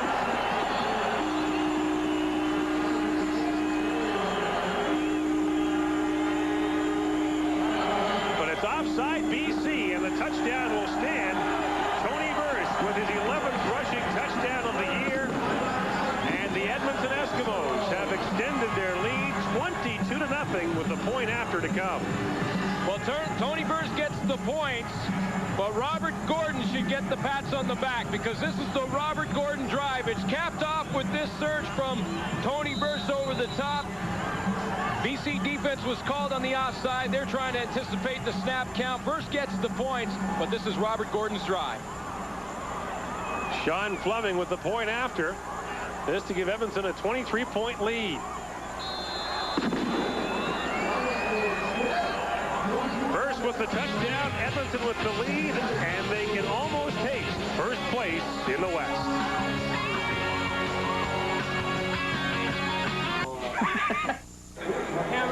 Well, congratulations to Robert Gordon. Over 1,000 yards receiving now for the 3rd time in his career. And 2 key catches on that touchdown march for the Edmonton Eskimos. And Robert Gordon's only 44 yards away from a personal best. His best was last year, 1,049 yards in Ottawa. Sean Fleming hoofs it deep. This is Shalon Baker watching it sail over his head again. And he'll give up another single point. That's the 2nd time that's happened to Shalon Baker. And the Edmonton lead is now 24-0. Well, the scoring drive was 5 plays, 64 yards, but give credit to Robert Gordon with the 2 big catches on the drive, 3 passing plays. Yeah, the two big ones from Robert Gordon. One when he breaks the tackle and takes off down the sideline. And then the other pinpoint throw from Danny McManus, and takes a lot of concentration from a receiver to come up with that catch with hands flailing in front of the football. And Rasheed Gale put his hands up front, and Robert Gordon concentrated on the football and brought it in. From the 35, Damon Allen on play action. Look out, here comes Pless. Allen takes a shot and throws it high. Benny Goods and Willie Pless are playing high-low on Damon Allen, who just got the pass away. Well, it's the time of year when you start talking about who's going to make the All-Star team and who's going to be up for the awards, and guess whose name is up there again? Pretty tough to argue with Willie Pless as the Defensive Player of the Year in the Canadian Football League. He leads all tacklers. Coming into this game, he had 103. The next best tackler had 77. Looking at a 4th consecutive honor to his trophy case. Now Allen on 2nd down. Steps up, throws deep, has a man, and it is, incomplete. And Trent Brown unloaded on Nick Mazzoli right at the end of that play. Now that was borderline. That's definitely borderline from Trent Brown as to whether or not he gets an unnecessary roughness call on this hit, because that ball was clearly overthrown, and it looked like everyone had relaxed on the play. Here comes the hit. Oof. Trent Brown, and you could see the reaction from Kavis Reed on the outside, who thought that they may get flagged on that play. Julio Caravana to punt, almost blocked by Mark Faraway. Caravana goes down, there's no flag. Now there is a flag down as Don Blair takes the punt at the 52-yard line and dives about a yard ahead. Just a 25-yard punt, and the Edmonton Eskimos have a 24-point lead. BC Lions howling during that last break that they should still have the ball back after Julio Caravana got abused after he kicked the ball. Well, he gets hit. I mean, this is contacting the kicker, no question. Fairway did not touch the football, contacts Julio Caravana, and the officials don't call it. And the BC Lions must feel like they're snake bit. I mean, this is a team that's the 2nd most penalized team in the league, and we're called last week on illegal use of electronic equipment. So Adam Rita must be wondering, man, these officials don't like us. And after a no-yards penalty, Edmonton starts at the 45. And look out, going deep for Don Blair, just out of his reach. Illegal use of electronic equipment. Yeah, that's what. Well, how many yards is that? Well, it was a 10-yard penalty. It gave Saskatchewan a 1st down. What had happened was Saskatchewan has the fanometer on their clock in the dome. BC does, yeah. Excuse me, BC. And when that fanometer comes on, it can't come on when the opposing team breaks the huddle, and it did once, and Adam Rita and his team got called for it. Gave Saskatchewan a 1st down, and he was a little upset about it. So what do you do, find the scoreboard operator? Sure, he had a word with him. 2nd now, McManus from the shotgun, setting up the screen for Tony Burse, and he can't hang on. Well, you know, both those plays now back-to-back are not Danny McManus's fault. That throw to Don Blair down the sideline was a perfect throw. Blair seemed to hesitate when he turned the corner on the wheel route, didn't come up with the catch, and that time I think Tony Burse just got a little nonchalant, a little lackadaisical when he turned around and catch that football and tried to put the one hand out there and doesn't come down with it. I think you're getting lackadaisical when you say lackadaisical. That's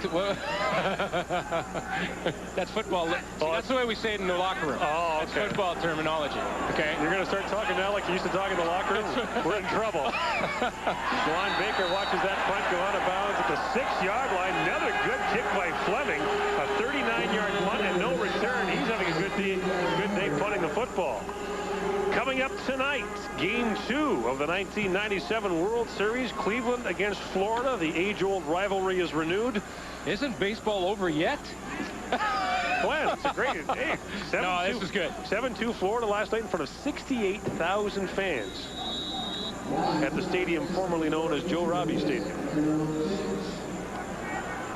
I'm not sure if the artist formerly known as Prince will sing the anthem tonight or not, but we'll check. Now the Lions in a deep hole, first down at their own 6. 9:50 to play in the third quarter. They don't yet have a point. Allen, quick drop, has Corey Philpott. And Philpott has not much as Tommy Henry was watching him all the way. Philpott gets maybe 1. Well, Philpott catches one out of the backfield. This BC offense is really struggling this afternoon. I think Adam Rita took a little bit of a gamble this afternoon when he put Shalon Baker on the roster. Larry Thompson, the wide receiver, is back at home. Shalon Baker was put on for special teams. Larry Thompson against the Edmonton Eskimos had 5 catches for 38 yards and a touchdown in the first game, 4 for 39 and a touchdown in the second. Bit of a gamble to put him out at wide receiver and leave Larry Thompson at home. Second down, Allen under pressure. Ran into his own man, and that pretty much did him in. Derek McCready finishes him off at the 9-yard line, but Damon Allen was done in by one of his own.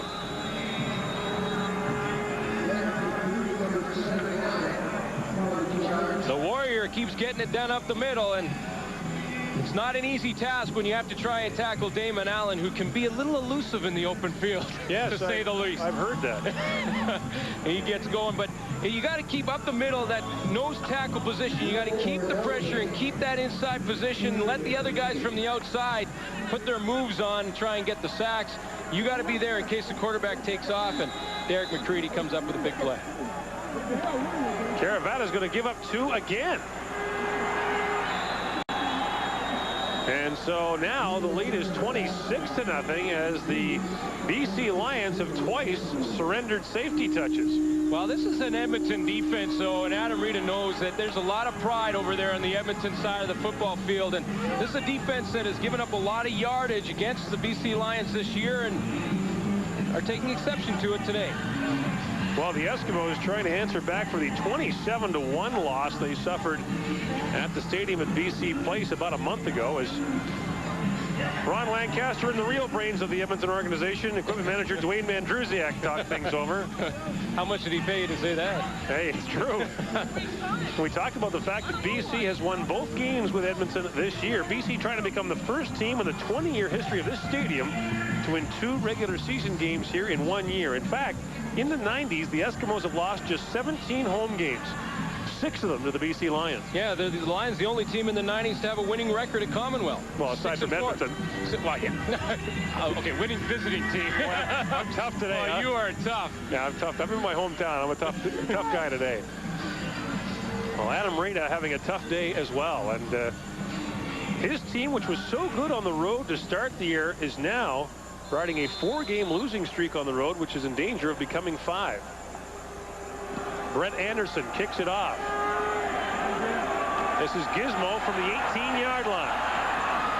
Looking for some room. He gets out to about the 35 and takes a ton of abuse for his trouble. A 17-yard return. I have a feeling not too many of the game leaders will be BC Lions. And Damon Allen running the football, but that's mostly for his life. There should be an asterisk next to that. And Danny McManus having a great day throwing the football. And Robert Gordon, after a quiet first half, has really busted out here in the second. He's got over 100 in the game, over 1,000 on the year, and a good pick by the Edmonton Eskimos to take him in the first round of the Ottawa dispersal draft. Here comes Eric Blunt. Blunt trying to get around the corner, out across the 40, forced out at about the 43-yard line, and bowled over one of the Edmonton Eskimo assistant coaches down there, but a gain of 7. I want to go back to that point about Eric Blunt. You know, 2 times in the last 2 years, he's got over 20 carries in a game. He's averaged in those 2 times over 119 yards. Running backs will tell you, if you give them the ball more than 20 times, they will get you 100 yards. The good ones always do. Eric Blunt just doesn't get the football because Ron Lancaster has the mentality, if the run doesn't work early, we'll pass. He doesn't care.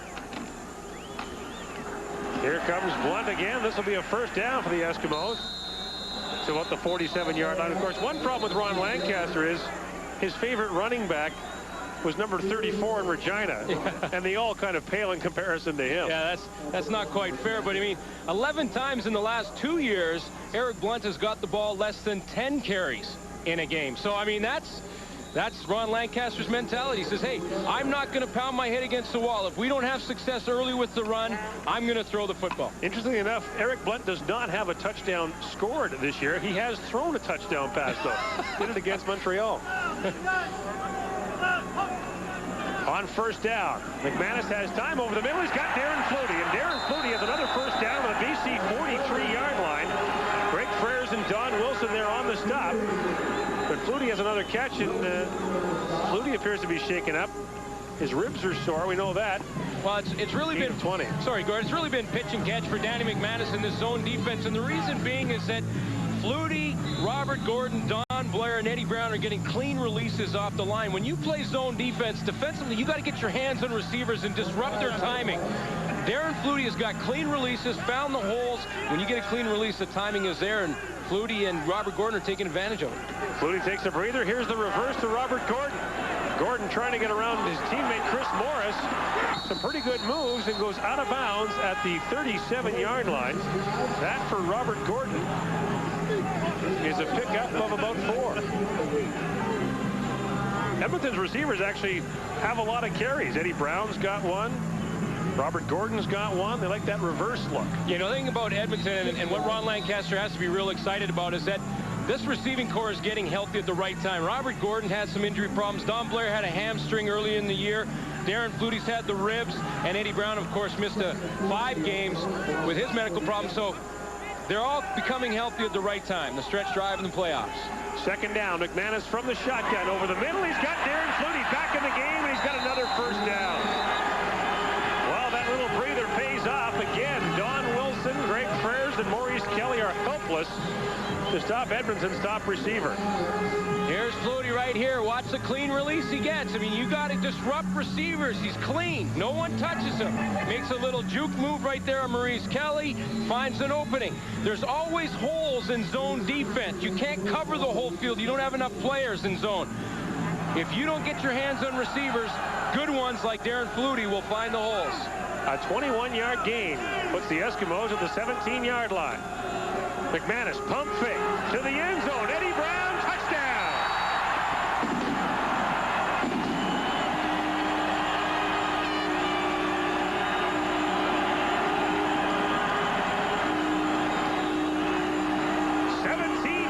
Eddie Brown's 4th touchdown catch of the year, but his first in 11 weeks. Well, Robert Gordon's having a pretty good game. Darren Flutie's caught a few. Eddie Brown goes in the huddle and says, hey, give me a chance. I want to get involved in the fun, and just takes off down the sideline, takes advantage of Rasheed Gale, who's really having a tough afternoon. It doesn't seem to matter who the receiver is. They're picking on Rasheed Gale a little bit, the rookie in there for the Lions, and this time it's Eddie Brown. Eddie Brown with a touchdown. Danny McManus now with 3 touchdown throws on the day, and John Fleming with a point after. It is good. And the Edmonton Eskimos with a 33-0 lead on the BC Lions. Well, never mind the fire truck. If things get any worse for the BC Lions, they'll have to call the paramedics. 33-0. They got to regas that thing, maybe tune it up, put some new tires on it. And Sean Fleming now to kick it off. Fleming kicks it deep. And over the head once again of Shalon Baker. And if Baker's auditioning for a job on the kick return team, it's not going well. That's the third time a kickoff is bounded over his head and into the end zone for a single point, making 34-0 Edmonton. Sean Fleming somewhat sheepish about the way he's gotten those three. He'll take them, though. Pretty good scoring drive for the Edmonton Eskimos, though. Yeah, 6 plays, 74 yards. Eddie Brown home and cooled out with his 4th touchdown catch of the season. And they go 6 plays, 74 yards, just like this. Nothing fancy about this. Eddie Brown's going to go straight down the seam. Robert Gordon is going to break out. Now Leonard Humphreys is going to drop Eddie Brown and switch. When he switches to take Robert Gordon, see, he drops Eddie Brown, he switches on the play. Rasheed Gale doesn't pick up the switch in time and can't catch Gordon. Here's Brad Yamoka on the first down carry. He's got room to run, and Yamoka up across the 50 gets to about the 52-yard line. Now the problem for the BC Lions gets interesting. What happens next week, assuming Sean Millington is able to come back? Al Shipman is apparently healthy enough to come back and play. You've got Larry Thompson sitting at home who doesn't play today. Who sits for the BC Lions? That's a good question, and I mean, it's a good problem for Adam Reed because there's a lot of talent you just talked about, and he has to decide which is the best combination heading into the playoffs. Allen, quick throw. He's got Shalon Baker, and Baker cuts back across midfield down to the 51-yard line. The stop is made there by Malcolm Frank, a pickup of 8 yards. You know, when you're comparing Shalon Baker to Larry Thompson when talking special teams, although Baker's had struggled on kick returns today, but obviously Shalon Baker knows how to return kicks, and that's not something that Larry Thompson is accustomed to doing. But as a receiver, Larry Thompson is the superior of the two, and he's a deep threat, something that Shalon Baker really isn't. So he wins that battle. Now, Al Shipman, on the other hand, Adam Reed knows, is a special teams talent. So you know that he's going to want to get him in the game. Interesting dilemma for the BC Lions. First down. Here goes Corey Philpott, and he is tripped up. Great play there by Leroy Blue, who got a piece of him, a gain of 2, but it may be enough for a BC first down. And when we're talking about scenarios for BC, number 6 seems to be the odd man out every time. I mean, here's a guy, like we talked about earlier, coming off 3 consecutive 1,000-yard rushing seasons and been asked to play wide receiver, which is not his position, and he may be the odd guy out before long. 2 years ago, he scored a CFL record 22 touchdowns, but he's been playing that familiar position of left out ever since. As Ron Lancaster looks on, Lancaster's team gunning for an astounding record. This team will have played a home playoff game in 21 of the last 25 years, and each of the last 12 years, the Edmonton Eskimos will have played a home playoff game, and that's already assured. Here's Brad Yamoka again out to the 45-yard line, a pickup of 4. And you know what's even, I think, it's great about it this year is that, again, they'll be in the playoffs. Again, they'll likely be in first place. And you know what? A lot of fans here in Edmonton came out and watched them. This is the Edmonton Eskimos averaged the highest attendance in the league this year, over 31,000 a game, and they got another huge crowd here this afternoon. So this organization does a nice job. There's a big crowd to see them all year, and they'll be rewarded with first place. Allen on second down. Over the middle he goes. Alfred Jackson with the catch. His first of the game and a first down to the 35-yard line. So with 2.5 minutes to play in the third quarter, Alfred Action Jackson gets his first action. Damon Allen tried to force it to Alfred Jackson early in the game, and pretty good coverage throughout the first half from the Edmonton defense. Didn't allow any completions to Jackson, but he's got such great ability, great natural athletic ability, that sooner or later he's going to find some open area.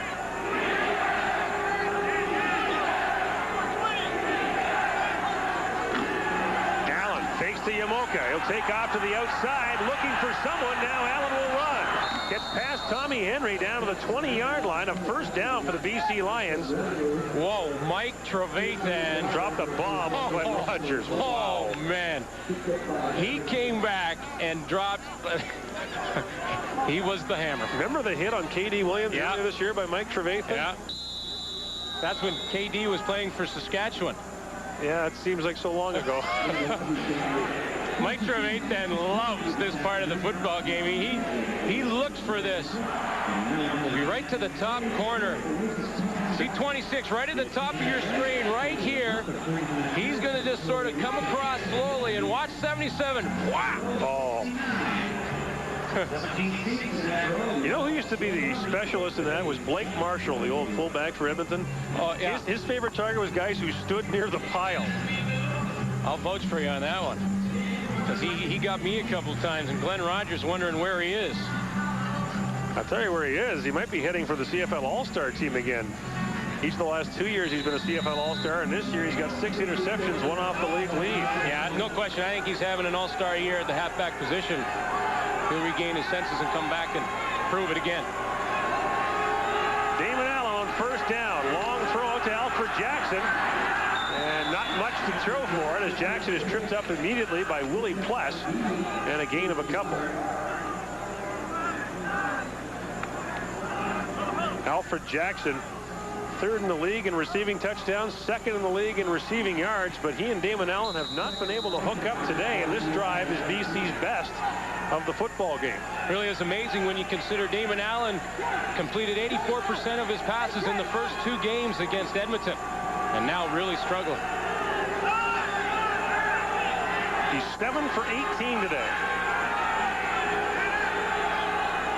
2nd down. Allen, lots of time to the end zone. Trevathan, touchdown. Mike Trevathan with the touchdown catch, his first in 2 months.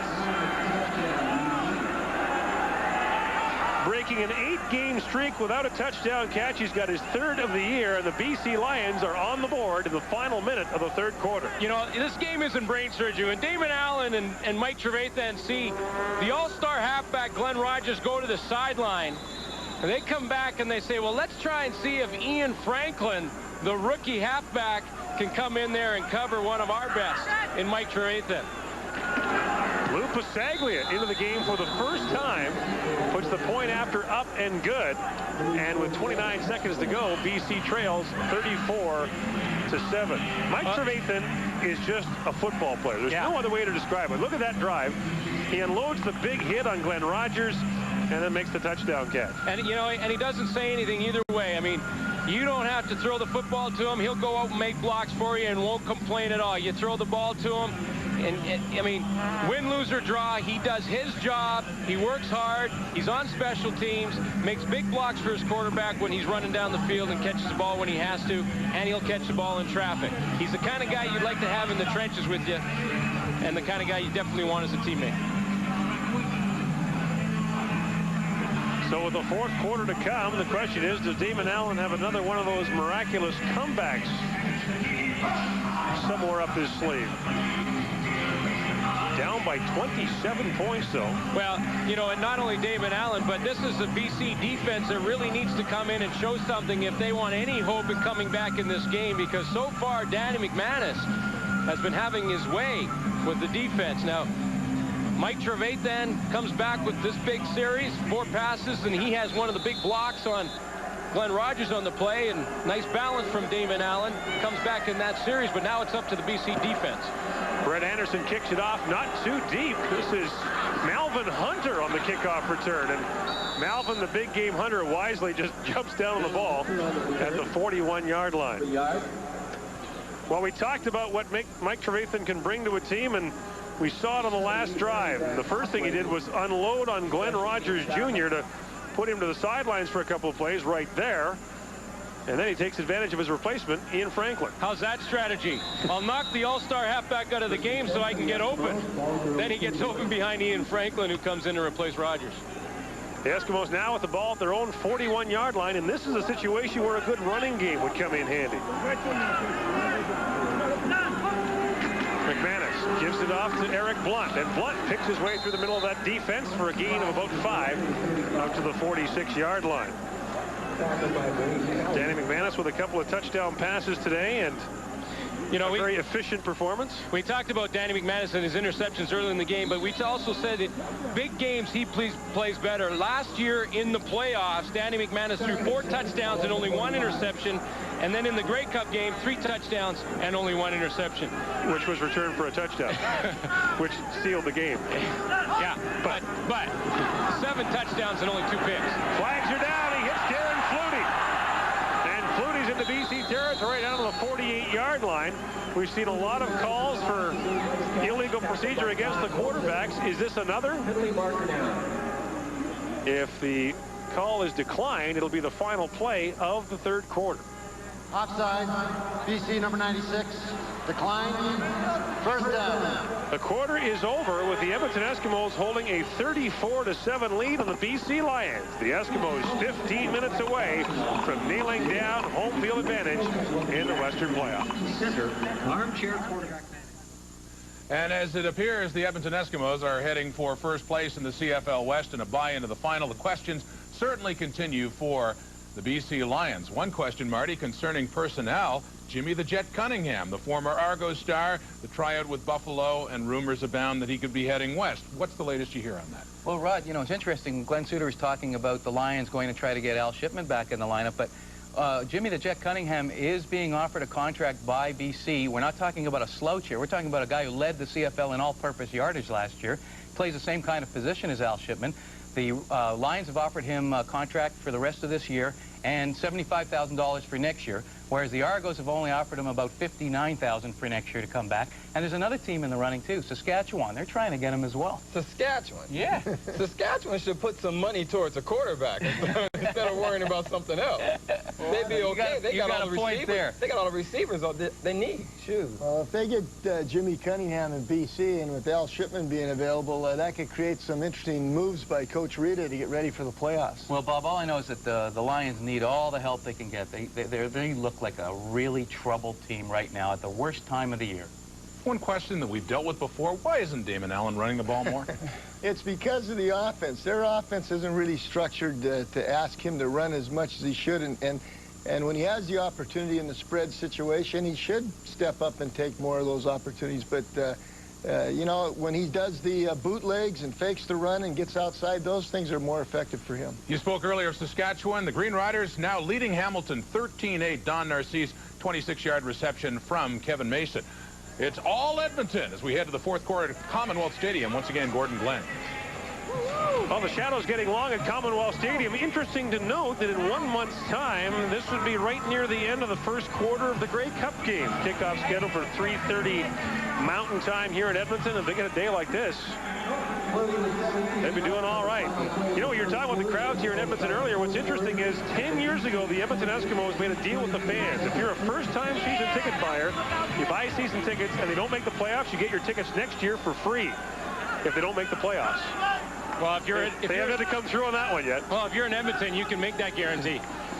Danny McManus, quick throw to the backfield. Eric Blunt just out of his reach and incomplete. That'll bring up second down. The numbers through three quarters tell you a story that has been ongoing. Just 69 passing yards for the BC Lions to 353 for Edmonton. One turnover by BC, but the story in this game has been two things: Edmonton's offensive production and time of possession. And two times Danny McManus has thrown over 400 yards this season.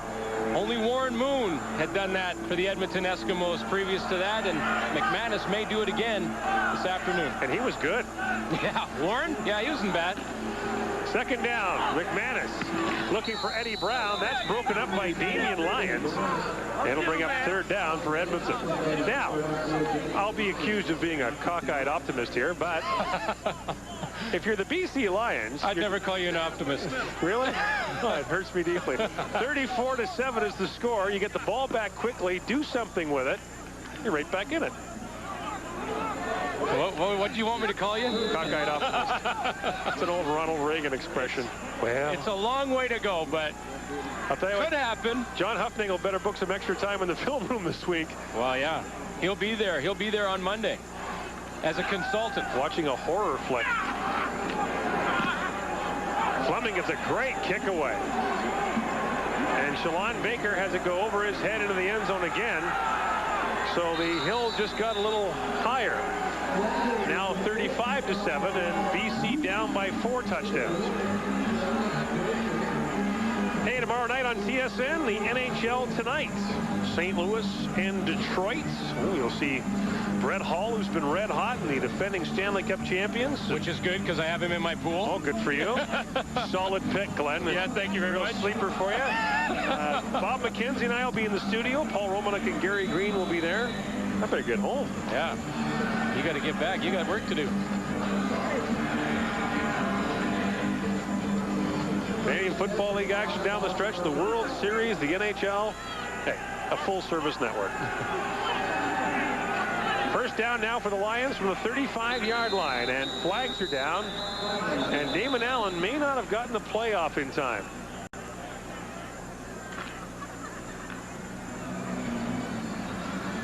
Procedure is the call against BC.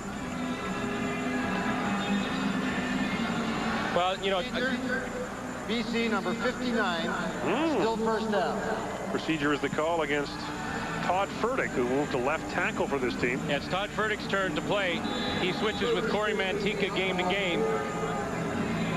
But John Hufnagel's definitely going to help Damon Allen. I mean, this is the John Hufnagel type of offense, and even if it's just for a couple of weeks, his insight and knowledge is going to help Damon Allen in the playoffs. Allen can't find anyone open. Now slings it out there. He's got Alfred Jackson. Look out, it's a foot race. And Alfred Jackson stripped from behind. The ball still loose. Edmonton has it. It's Edmonton Eskimo football, although it's changed hands a couple of times since they first recovered it. Alfred Jackson caught from behind. Mike Trevathan has it now. A little late for that. But Alfred Jackson stripped from behind, loses the football, and Edmonton gets it back. Alfred Jackson's right there. He's going to run the out pattern. He's just sit down on the outside, takes off running, a good strip. You see Glenn Rogers back in the game after Trevathan hit, but it's Malcolm Frank who strips the ball out, and then the fight begins. I think Frank got it back. Frank has a chance at it, and Trevathan, yeah, Frank gets it. Trevathan was scrapping for it. It would have been a 44-yard gain for Jackson, but it's Edmonton Eskimo football. Here's Eric Blunt. Big Joe Fleming reached right around his block and made the tackle. Joe yesterday was making the case. He wants to be on the hands team, the team that goes out to recover short kicks. Yeah. He's really upset he's not on the hands team. He wore his special gloves. He had brand new gloves, and he had his shorts on. He's looking like an offensive player. He feels like he was robbed that he wasn't allowed to be on the hands team. Well, he had pretty good hands there. Yeah, I don't know. I don't know about catching the football, but he did show pretty good hands grabbing Eric Blunt, and he did it around Chris Morris, who got up just kind of shaking his head saying, well, how did he make that tackle? I sort of had him blocked. How did he get him? How did he get him? Loss of a couple. It's 2nd and 12. McManus over the middle, and is intercepted by Maurice Kelly. The Edmonton Eskimo killer has another pick, and the BC Lions will have the ball in Edmonton territory with 12 minutes to play in the 4th quarter. The CFL Live returns to Edmonton right after this. Bite-sized tater. Maurice Kelly with the interception keeps the BC Lions alive. They've got the ball at the Edmonton 47-yard line after Kelly's 4th interception of the year. And you know what? There's another guy who'll be hard to keep off the CFL All-Star team. Absolutely. Having a tremendous year. After you put 15 Toronto Argonauts on it, there won't be much room. First down. Allen under pressure. Gets away. Still going down to the 43-yard line. Allen gets a gain of 4. Back to Maurice Kelly. Well, we always talk about the match defense. A lot of teams run it. Here's Maurice Kelly. This is the match defense. His job is to pick up Darren Flutie, match up with him if he comes inside. If Flutie goes outside, he's Don Wilson's man. But in this matchup, he picks him up. And this was week 3, and he did it again against this same Edmonton offense and Danny McManus.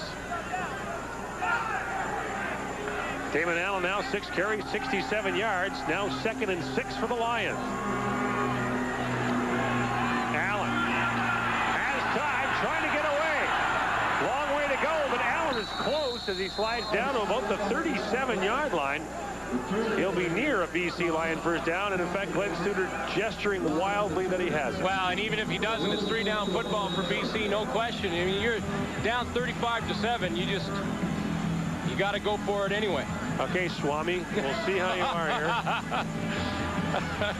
Oh, I don't know. Well, I was more motioning the fact that... No. No, I'm not going back on it. I'm not going back. I'm just motioning the fact that doesn't... I mean...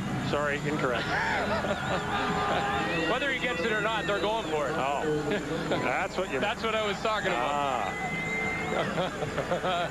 Well, again, if that's your story, you know, stay with it. Thousands won't, but you're going to believe me, huh? Can't believe you'd lie like that with your kids watching. That's what really shocks me. So it'll be 3rd and inches for the Lions. 10:52 to play in the 4th quarter. Ron Lancaster's not smiling because he's been in this league long enough. 35-7 is not a big enough lead for him. Allen has outrushed the Eskimos by 26 yards. Oh, I don't know. Oh, no, you don't know. I don't know if you got it. It was just inches, but... Unless he crawled his way to a first down and gets a liberal spot.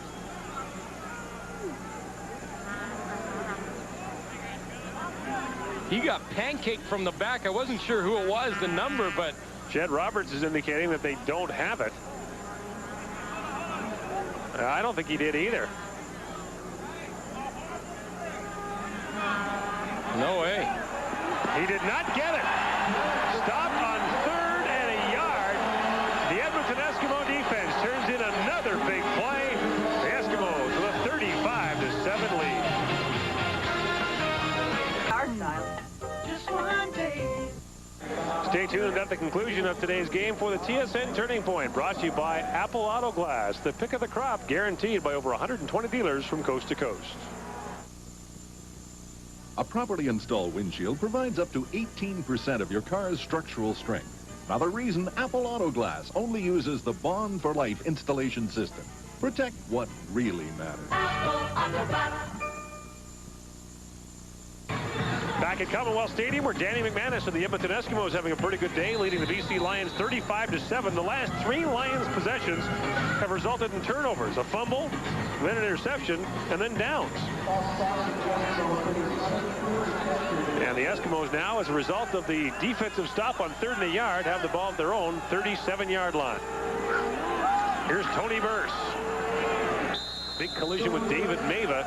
Gets out across the 40. Now, a lot of guys are going to spend the offseason doing interesting things, but not quite like David Mava does. I don't think David's fishing show will make it on TSN. It's a little dangerous. Well, you know, he comes up and tackles Burse, which is not a frightening thing for Mava. Here's a guy who swims with sharks in Hawaii in the offseason, and he asked him about it. He's a spear fisherman. Yeah. I said, when you're spearing fish, aren't you worried about the sharks? He says, yeah, sharks are there, but when they come in, I get my fish and get out of the water. Good thinking. McManus over the middle. Robert Gordon has the catch, a first down to the BC 52-yard line. Frank Pimisker up to help make the stop, and Gordon is a little shaken up as he goes back to the huddle. He's announcing now that Gordon on this day has gone over 1,000 yards receiving. And look at what Danny McManus has done today. He really hasn't focused in on any one receiver, although Gordon is having a pretty good day.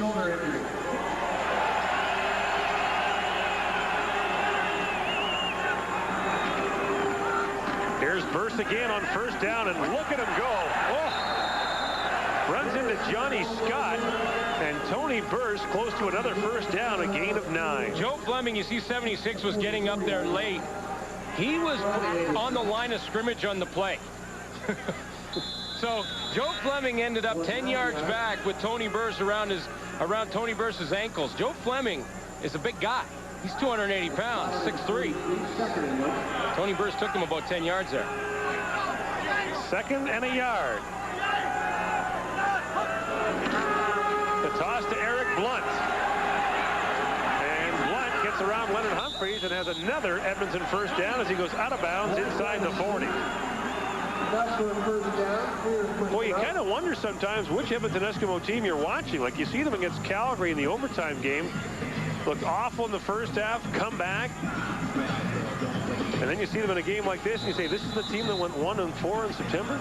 Yeah, and then, of course, last week they put a running game together, had 145 yards out of Eric Blunt against Winnipeg, but Danny McManus only completed 8 passes in the game. Now, the weather conditions were pretty bad in Winnipeg, but it is up and down team. Here's Blunt. Beats the first wave, and Blunt gets down to the 30-yard line for a gain of 8. Now, on the other side of the coin, Gord, you got the BC Lions who, you know, all year we've been talking about the Lions with all their talent, and yet they can't find any level of consistency. And Adam Rita has a real short period of time now. He can still finish in second place, even with the loss this afternoon. If he beats Calgary in the last game of the year and Saskatchewan loses one of their 2 games, he gets second place. You talk about home field advantage for Edmonton, maybe more than BC to get a game in that dome. Here's Blunt again, and this time he stacked up. Dave Chater's got in there and got some help.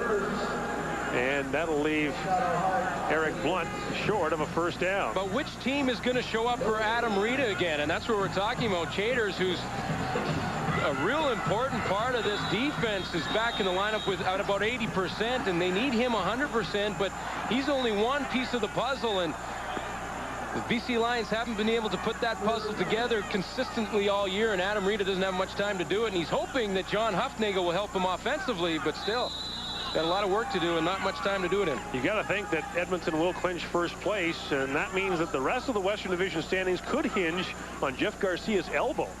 And the question of whether or not he's going to be able to play. Boy, you think about that game, Calgary looked very average without Jeff Garcia in the lineup. This field goal try comes from 38 yards out. Sean Fleming puts it up, and it is good. The Eskimos with a 38-7 lead. 6 minutes and 51 seconds away from first place in the West. We've got a lock on fresh taste.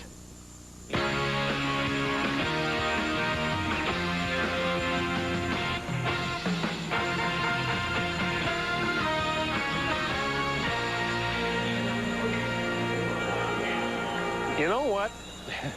I'm going to get killed for that. For what? That shot of Ron Lancaster looking like he had a heartburn. His daughter Alana in Regina is watching and making notes, and she's going to make a note of that and call me. Well, why are you in trouble for it? Because I'm the one she talks to. Okay. Damon Allen's in trouble. Big time. Gets away. Trying to find somebody, anybody. And finally, Bruce Dixon forces him out of bounds. That's been the story for Damon Allen all day. When he's had time to throw, there's been no one open downfield. Good coverage by the secondary from the Edmonton Eskimos. And then, of course, they've also provided some pressure on him throughout this game. It's been a rough day for number 9. Illegal contact on an eligible receiver. Edmonton number 10. First down. First down for the Lions. By the way, I'm also going to get in trouble for saying I was in trouble. Her name's Lana, not Alana. So sorry, Lana. Wolf. I'm never going to Regina again. Can we get back to the game here? You know what? I might just sit down and not say anything for the rest of the game just to avoid getting in trouble. Just curl up in the fetal position and try to avoid any more problems. You got to think that Lancaster will smile after the game. Well, you'd hope so. Allen under pressure. And he's sacked by Melvin, the big game hunter. Yeah, defensively, right now at this point in the game, you start to think about stats. And this is a team game, no question about it. But I'm going to tell you honestly, guys start thinking he's going to come right from the top of the line here and just the one-on-one move up at the top. But this is the point in the game where he's working on Todd Furtick. You start thinking about stats. And this is another one for Melvin Hunter. I love the story about you in the Western Final here in '89 when you dropped the interception late. Somebody said, hey, man, that would have been a stat. It was Tom Richards. You'd have had 2 interceptions in this game. And by that time, I was going nuts. We actually beat Edmonton here. But here's Allen under pressure again and dropped again. That time, Leroy Blue. So one for Melvin Hunter, one for Blue. And a flex, too. They get to do their dance. They get to do their flexing.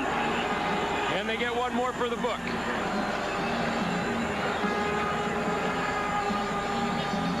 And mercifully for the Lions, the punting unit takes the field. Well, it's good, tenacious pass rush from Leroy Blue, who initially was taken out of the play by Chuck Bradley, but kept working, and because of the coverage downfield again, had a second chance at Damon Allen.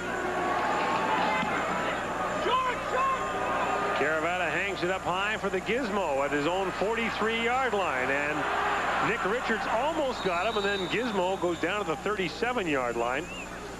A return of a couple. So the Edmonton Eskimos will have the election desk declare them the winners of this game. Yeah, they're first place. So they've clinched first. Now they're 2 home games away from Grey Cup championship. Now BC will drop to 8-9. Calgary at 9-8, and Saskatchewan at 7-9. Now Calgary and BC play next week. Now here's the scenario. Okay. Saskatchewan plays Winnipeg, and they play Hamilton. And they're losing to Hamilton 16-13 in the fourth. Okay, they lose one of those games. BC beats Calgary last game of the season. BC has second, Calgary third. Jimmy Kemp into the game for Edmonton, delivers to Darren Flutie over the middle. And Flutie down to the BC 48-yard line. You better finish that, because I'm confused. Okay, so here's how it works. So Saskatchewan's losing to Hamilton right now. Let's say they lose that game to Hamilton. 7-10. So now BC beats Calgary. BC plays Calgary last game of the regular season. Yeah. If they win that game, they get second, Calgary third, Saskatchewan goes to the eastern side. If Saskatchewan comes back and wins, and BC beats Calgary, Saskatchewan wins both games, they get second because they have the series on the Lions. Calgary would be pushed to fourth. You with me so far? No. Actually, no. Okay. But there'd be a 3-way tie at 9-9 is what you're saying. Yeah. Saskatchewan has the record on BC. BC has the season series on Calgary, but not on Saskatchewan. Wow.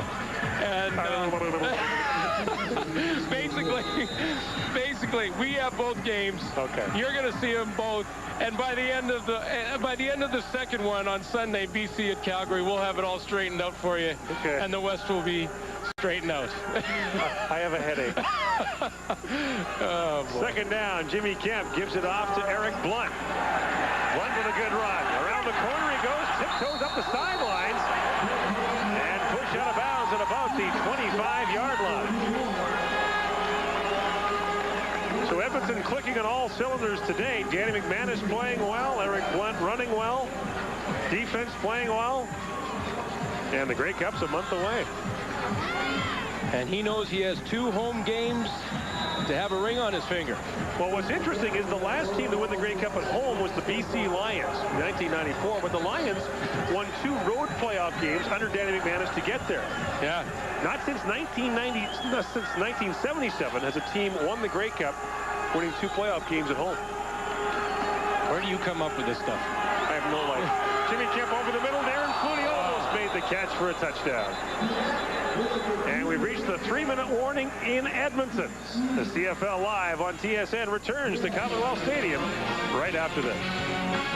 The game story is all Edmonton. 34 unanswered points, 370 yards passing for Danny McManus. What, you drew a canoe there? No, I underlined unanswered because I'm going to answer it for you. Here's the answer. Oh, okay. A good game from him. Oh, good. There. Nice little I just canoe. wanted to play that. A little canoe there. Yeah. Good. Playoffs are coming. You better work on that. Well, I answered the question. Unanswered points. Actually, you're doing the Grey Cup on TSN Radio. Don't worry about it. You'll be fine. I can tell it straight my heart out on the Grey Cup Radio. Go wild. And Danny McManus has done that. He put a good game plan together with the coaching staff in Edmonton, and he's executed it perfectly. McManus over 4,000 yards passing now on the season. Gets it done. You can say what you want about interceptions and whatever else. Danny McManus gets the job done. And now looks on as Jimmy Kemp mops up for Edmonton on 2nd and 10. Kemp had a miserable day against BC in a 27-1 loss, starting in place of McManus, and that's a one-hopper. Looking over there for Andre Bolduc. Yeah, he had some problems, but he's actually 2-1 as a starter for the Edmonton Eskimos. Had a great game in the rematch versus Calgary, the Labor Day rematch versus Calgary Stampeders, and most people expected Calgary to sweep that series, and Jimmy Kemp had a good game. And coming off a heartbreaking loss this week, by the way, in the team golf tournament. Kemp, who was allegedly the best golfer on the team, was beaten by Darren Flutie, and Flutie won the prize, the spot in the box at the Edmonton Oilers game on Wednesday night. I don't know if you're a receiver, you want to beat your quarterback. Yeah, I don't know if that's good enough. Call. Sean Fleming puts the field goal up and good, and the Edmonton Eskimos are now over 40. 41-7 7 now the score with 2:36 to play. This has been, with emphasis, the Edmonton Eskimos avenging 2 losses earlier to the BC Lions. Yeah, revenge for this defense. Adam Reed has sort of had his way offensively against Edmonton in 2 previous games, but not today. The Edmonton defense shut the door on his offense, and Adam Reed had watched receivers downfield not getting open, pressure on his quarterback, and he'll give Julio Caravetta a chance. Caravetta seeing action in his 5th game of the year. It's Shalon Baker, who was hit immediately by Malcolm Frank. And a gain of about 5 for Shalon Baker. Actually, mark it down as 7. Coming up in about an hour's time, Game 2 of the '97 World Series. The Cleveland Indians against the Florida Marlins. Okay, sports guy. Florida's up 1-0. Who do you like? You're not making a prediction on that one? I like the Tribe tonight. Okay. I like the Indians tonight. Don't like teams that start 39-year-old pitchers in the opening game of the World Series. It should be a great series, though, and a lot of interesting decisions to be made by the 2 managers and interesting matchups. Well, the American League and National League Championship Series were great, too. Caravetta over for Trevathan. Trevathan bottled up by Derek Beatty, and he'll be short of a first down. You know what I like about the baseball playoffs this year? The same thing I like about this game, being played on grass. Oh, yeah. No AstroTurf for the postseason, except for Seattle. But it's always better when it's played on the natural grass. Oh, absolutely. And you know it's going to be frozen in November, and Willie Pless will be likely making tackles. And wearing shorts at practice just to intimidate people. Caravetta on 3rd down. Just slings a duck, and it falls harmlessly incomplete. Check that, it was 2nd down. That'll bring up 3rd down for BC.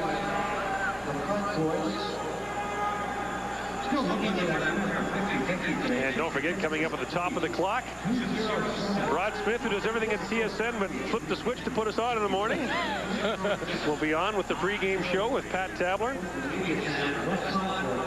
And does a nice job at it. Yeah.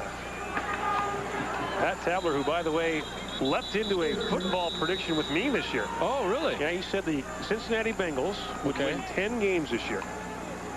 They may not win 10 games in the next 10 years. So I get a steak dinner. Oh. How good is that? Well, he might try and get you on a rematch on the rest of this World Series. No. No? Don't bet. You're baseball. not going there? I'm not going baseball with Pat Tabler. He knows way more about it than I do. Yeah, I guess. He's got one of those World Series rings. Which, by the way, pales in comparison to your Saskatchewan Grey Cup ring. The license plate that you guys were awarded for winning the Grey Cup in 1989. Well, let me tell you something. When you win it only 2 in over 100 years, they're big. Got to celebrate, huh? You make a big ring. It's 3rd down for the Lions, right at midfield. Under 2 minutes to play here in the 4th quarter. Guy knows a thing or two about Grey Cup rings is over there, and he's got to figure out how he's going to get one this year and get his team straight. Caravetta on 3rd down. Look out, he is sacked. Maurice Miller gets into the act. They're all hitting the stat sheet today. Well, we talked about the stat, and you think in the back of your mind, you're thinking about stats, and you're thinking BC's got to throw the ball. Julio Caravetta is going to be in the back there in the pocket. So now comes up, okay, best pass rush move. I'm going full speed. They run a draw. I'm dead. But who cares? I'm making the sack. And away they go. Now, how well do you know your stats? Well, I don't think I'm not necessarily totaling them up. How many career receptions do you have? 51. But how many consecutive games did you play? 194. But I don't count them at all, like myself. Oh, okay. Okay. Just curiosity. Jimmy Kemp back into the game for Edmonton on 1st down after the Lions turn it over on downs for the 2nd time in the game. Gives it off to the backup tailback, Andre Bolduc. And Bolduc, who came over from the Ottawa Rough Riders, is dropped on the play by Nick Richards. And, I just want to make one point about Maurice Kelly there, who makes the tackle. It always seems in game like this, when you're on the bad side of a lopsided score, it's always your best player that from start to finish is still throwing it in there and making plays. Maurice Kelly in this game, he's obviously down, but comes up and makes a tackle, and he has been the heart of that BC defense all year. Loss of maybe a yard. It's 2nd down. Kemp. He's got Tony Burst wide open, but wants to go somewhere else with it. And now Kemp will run. Aiming for the first down marker. He gets it down to the 32-yard line. A couple of sweet little moves from Jimmy Kemp. A pickup of 12 yards and an Edmonton first down. That's one thing I noticed about his stats coming into this game is that he has a 7.2-yard rushing average this year, which, I mean, he's not known for his running ability. 7.2 yards is a Damon Allen, Tracy Ham kind of numbers for averages. Look pretty good on that run. First down from the 32-yard line. Kemp gives it off to Bolduc, fumbled the football, and it appears as though the Edmonton Eskimos do have it back.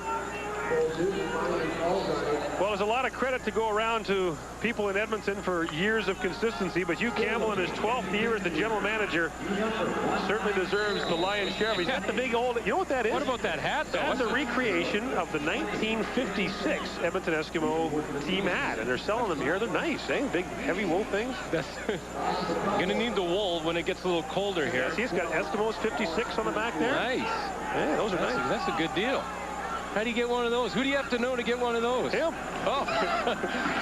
Jimmy Kemp got whacked and almost got intercepted. I mean, Kemp got hammered by Maurice Kelly. And he's got to be thinking, at this stage in the game, that's just not worth it. And again, Maurice Kelly still going hard. Comes up and hits Jimmy Kemp. Doesn't matter what the score is to him. Always seems to be the best players on your team that keep giving you this kind of effort. Kemp's going to take a hit. Oh. Yikes. Yikes.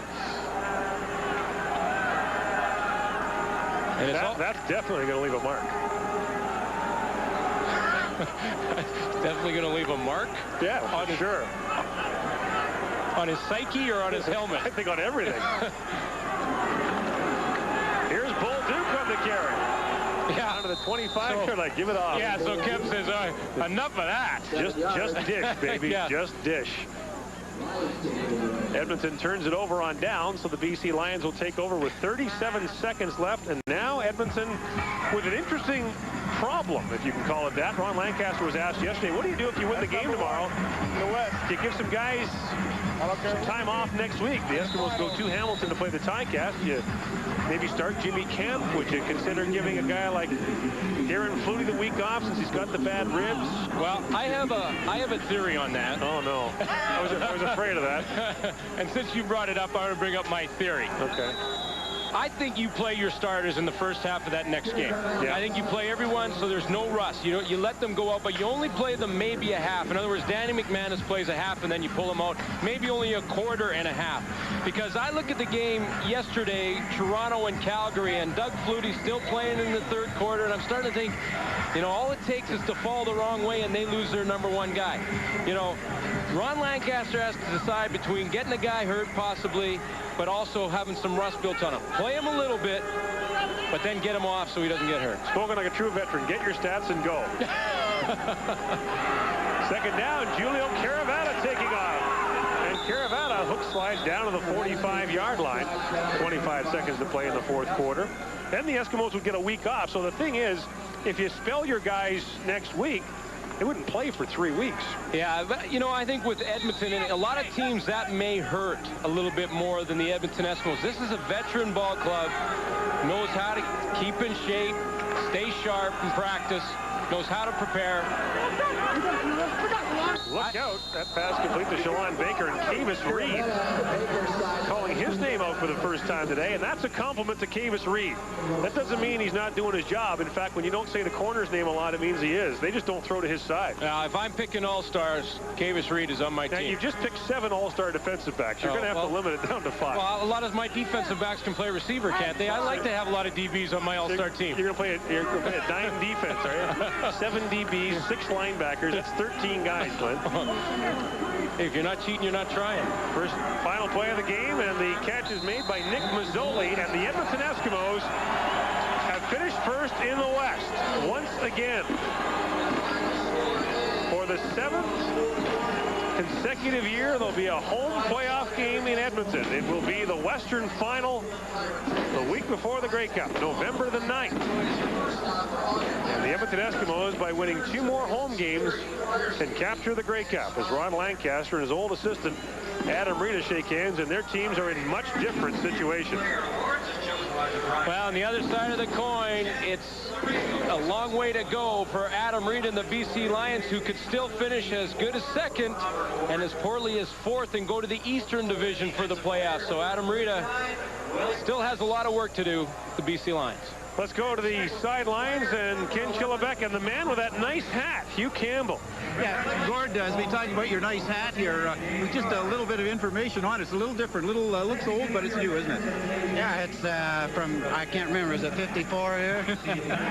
56. So I figured that's one of the years that's up on the wall, so I thought I'd take a chance and try it out. But it's nice little souvenir. Yeah. Talk about the win today. A big win. You guys needed it, of course, to wrap up first place. Yeah, BC had beaten us a couple of times, and we certainly came in uncertain, but guys played real well. I think Ronnie and his coaches and all the players deserve full credit to take this team to first place. I don't think any media person picked us for first place, and even we were hoping just to get in the playoffs, so it's been a good year for us to this point. What about home field advantage? What does that mean for your team today? Well, I've always preferred it myself, but I've never been able to get it much lately. So we'll just have to wait and see. You don't know. I don't know. The second place and third place teams have gone to the Grey Cup more than first lately, but back when I was coaching, it was a good deal. So we'll see if we can start another trend. It's tough. These Western teams, 4 teams, very evenly matched. Whichever one goes to the East will be a good representative back there too. And of course, you want to be here on the 16th. Should be a good deal. We'd like to be here. Either way, the Grey Cup's going to be a fantastic game. Whichever team represents the West is going to be a good football team. And Toronto's certainly been awesome all year, but you know, you never know on one game. The ball's shaped kind of funny. Who knows what'll happen? Hugh Campbell, thank you very much. Gord, back to you. You know, come to think of it, that ball is shaped kind of funny. I never really thought about that. Ron Lancaster and Julio Caravana talking on the way off. Maybe they'll meet again on November the 9th. Edmonton with a 41-7 win. Play Safeway's all. And it's part of a dynasty of brothers who have claimed first place 4 times. He ignores jealous pleas they be barred from